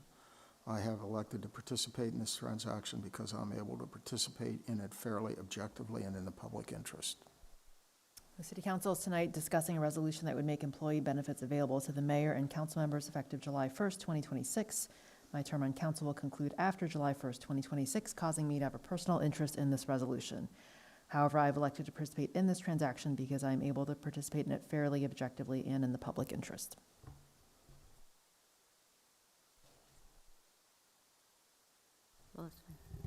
The City Council is discussing tonight a resolution that would make employee benefits available to the mayor and council members effective July 1st, 2026. My term on council will conclude after July 1st, 2026, causing me to have a personal interest in this resolution. However, I have elected to participate in this transaction because I am able to participate in it fairly objectively and in the public interest. The City Council is discussing tonight a resolution that would make employee benefits available to the mayor and council members effective July 1st, 2026. My term on council concludes this year. However, I may choose to seek another term, which, if successful, would cause me to have a personal interest in this resolution. I have elected to participate in this transaction because I am able to participate in it fairly, objectively, and in the public interest. Debbie, you ready? And I'll paraphrase since I don't have the language right in front of me. City Council is discussing tonight a resolution that would allow the mayor and city council to have employee benefits effective July 1st, 2026. My term on city council concludes before that, but I may choose to run again, and if I'm successful, I would have a personal interest in this resolution. I'm participating tonight because I feel like I can fairly and objectively and in the public interest make a decision. Okay, I think that's everybody. Great. Good evening, Mayor and Council. We have, in addition to myself, Sharon Gibson is here, HR Director.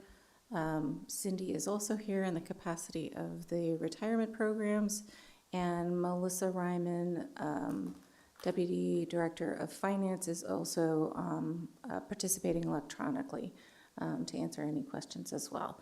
So what is before you is the resolution setting the benefit eligibility for council members. Currently there is a state law where council is authorized to receive the benefits that employees received. The staff report outlines all available employee benefits, and council may select any one of the benefits, all of them, or none of them. This would be done through the adoption of a resolution, and the resolution would be drafted to reflect the specific benefits that are chosen by council. So under recommendations, we would note that there are more significant challenges with offering the retirement benefits, and that this would require deeper discussion and also be in coordination with the retirement board. For, I know it's also has become before council is the ordinance on the council salaries. Council salaries does have a deadline. However, the benefits and the resolution does not have a deadline for the council to act upon. So, moving into some background information. The benefits that we are, or that you all are considering are health insurance, the flexible spending accounts, long-term disability insurance, life insurance, the employee assistance program, other insurance plans, the defined contribution retirement savings plan, defined benefit pension plans, and retiree health and life insurance. So there's also a section under the background information that discusses the different tiers of employees and the benefits that they receive. So full-time permanent, part-time permanent, full-time term, and part-time term. Realizing I can't really see what I'm reading. For the differences between the permanent and the term, well, actually, let me back up. Between the 4 different tiers, the employer contribution varies for the health insurance, for the term employees, both the full-time and the part-time. Those positions are not eligible for the retirement programs. So how does that impact what we're discussing or what you all will discuss tonight? Staff would consider the nature of the work that City Council does is most similar to that of the part-time term employee. So when you're thinking about the different benefits that are available, that is the one that staff thinks fits the most. The retirement programs currently exclude council members from participating, and council does have the ability to, or the authority to amend the governing documents. What would happen is that we could take direction from council if that is a direction council wants to go in, and that would take about a year to complete that whole process. There is a breakdown of benefits in the staff report. There's a table and then there's additional information. And there were also attachments that should have gone to council of the different benefits as well. So, in summary, the total costs for any of the benefits, if it was looked at in terms of the part-time term employees, the maximum cost would be about a little over $149,000. If council members were afforded the benefits for full-time term employees, the maximum cost would be $166,000, a little over $166,000. And of course, council's budget would need to be increased for FY26 to accommodate those benefit selections. This is currently scheduled to be on the same track as the council salaries, which is coming for second reading and the public hearing on Monday, June 16th. And with that, I open it for questions. And as I said, there are several people here who can contribute to the conversation. Great. And for context, I think we had discussed this 2 years ago. And we decided that council was, or at least staff had said that based on the administrative regulations or some sort of policy, that council was eligible. And now we're talking about just formalizing it by resolution. Is that correct? Yes, and that is noted in the staff report as well. Great. Okay. Questions and comments on this? Laura?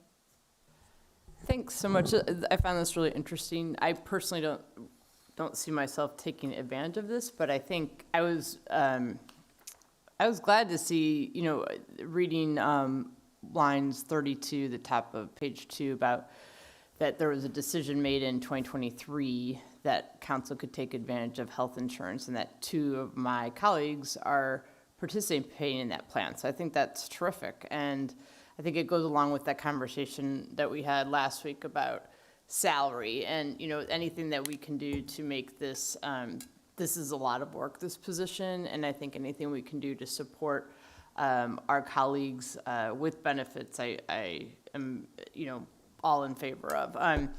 I specifically liked the employee assistance program, having that available to city council members. I think that's a great resource, nothing that really costs us any money per se, but I think that's a great resource for our council members. But in general, I mean, I'd be supportive of this, of these. I do understand what staff is saying, though, about the retirement piece.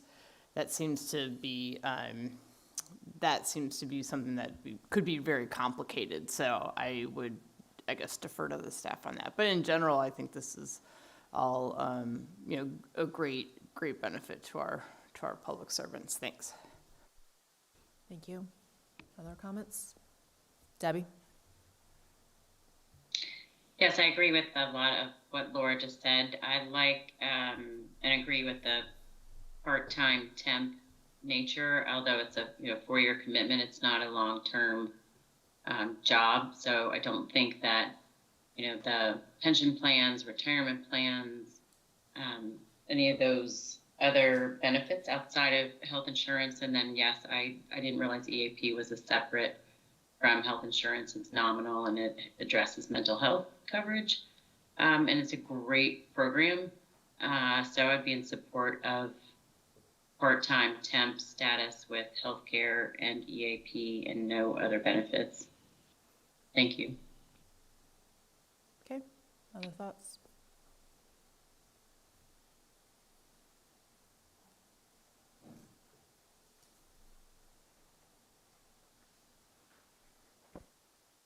Okay, hearing no other concerns, are we good with scheduling this on the schedule for Monday?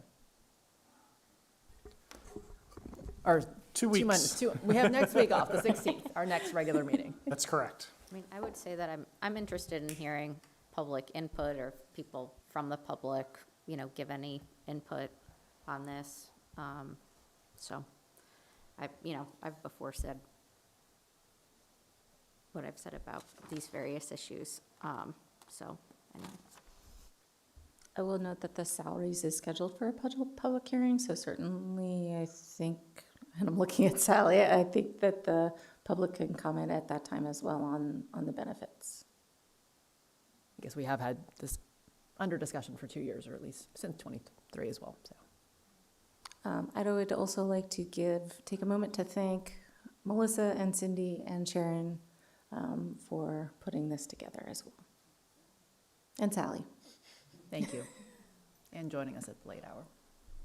Dave, do you have a point of view? Yeah, what's the number again, that this will cost if all the benefits, the proposed benefits are used? What is that number? Because I heard 3 or 4 numbers. Yeah. I think it was 140,000, assuming all 7 of us take it, maximizing that everyone gets family benefits too. So is it what's the number again? 149? 149,290. Okay. Maybe chart at line 79 would help. So I objected to this when it was done administratively. I support a vote on it, but I will oppose it when it comes up to a vote. I don't think this is the right time to do this, if there is a right time. I would like to speak as somebody who is taking the benefits right now. I am deeply appreciative of having these benefits, and it makes a difference for me being on city council. I do think that it's important for people of all backgrounds to be able to participate in our democracy, and I strongly believe that these benefits help more people be able to participate. So I believe this is making an investment in a diverse and representative democracy. Thank you. I will second that comment. Okay, any final discussion? Okay, thank you, staff, for your work on this. Okay, we have consent before we go into closed session.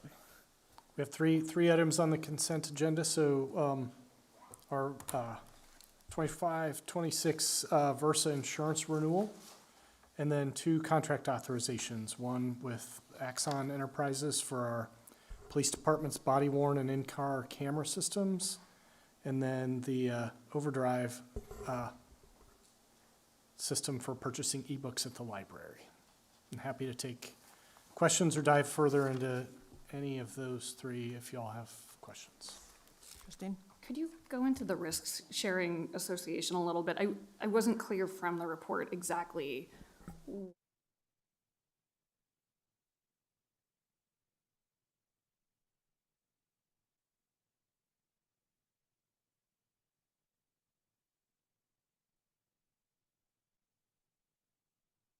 City's insurance covers about 10 different categories, so it's workers' comp, which is state code mandated, and that's if there's an injury to employee during their work duties. We have automobile liability, if we damage somebody else, damage to our property, physical cars, general liability for all our facilities, general liability to protect staff, public officials, law enforcement. And then we have cybersecurity protection, environmental protection, and crime protection. Those are the broad categories that are covered under our insurance. Cybersecurity meaning like if there were like a breach of city.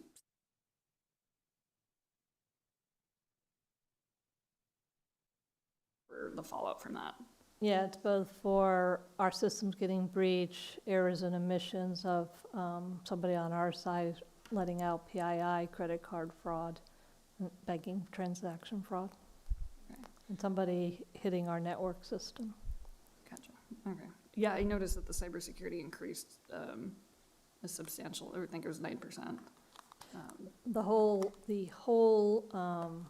insurance policy increased by 9%. Gotcha. We increased cyber from 2 million per incident to 3, and we've increased it the last 3 years just because of the amount of ransomware and higher costs that are out there.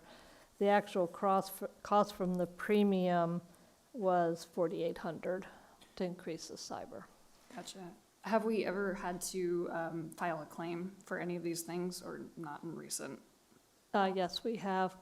One of them was caught early enough, and so we didn't have any out-of-pocket, and the claim was minimal. We didn't even hit the deductible. The other one, because our federal agency partners caught it, and the chatter on the black web, they stepped in and covered it, but it would have been an eligible claim. So we've had 3 strong attacks. Fortunately, our systems had good protection, and we didn't need to execute this, but what we're seeing in trends and other insurance case law and cases is a higher escalation of the ransomware. So for $15,000 a year, we have strong protection on our cybersecurity. Great. Thank you. But it's also why we have good budget now for enhancing our infrastructure and Great. staff training. Thank you. Other questions, comments on consent? I had one on the Axon body-worn cameras and in-car cameras, so the $145 per year. Do we also separately pay for storage of all the new footage, and how much is that? It's all included. It's a subscription service for, up-to-date equipment, all of the storage and the software for our police department to use to be able to kind of search and kind of manage those records. Does that include for the FOIA resources involved in needing to access all that footage? You mean the staff time? Yeah, to because that's do one thing that? I've read is that as people have implemented it, like not only do you have to have a lot more storage to keep all the tapes, because you're essentially running a feed of every police officer in every car, but then the staff time involved in accessing it when you get FOIA requests is also a lot more. And so I don't know whether we're accounting for it in this. This is just a contract number, so this is not staff time. Okay, something we're thinking about as, I don't know whether the clerk's office is starting to field more of those, but it's something that I've read that is happening in other jurisdictions. I do know that is a significant issue with creating that kind of data and that kind of a public record. I do know that from just an experience of someone having their car damaged in our parking lot, that it takes the police hours and hours and hours to comb through the footage that we capture on video for each request. And so each FOIA takes considerable human resources to process. Yeah, I don't know whether we've accounted for it in the FY26 budget or something we need to plan for, but just put a pin in that one. Okay. Understood. Okay. Okay, I think we're okay with the consent packet. Do we want to talk schedule at all, or?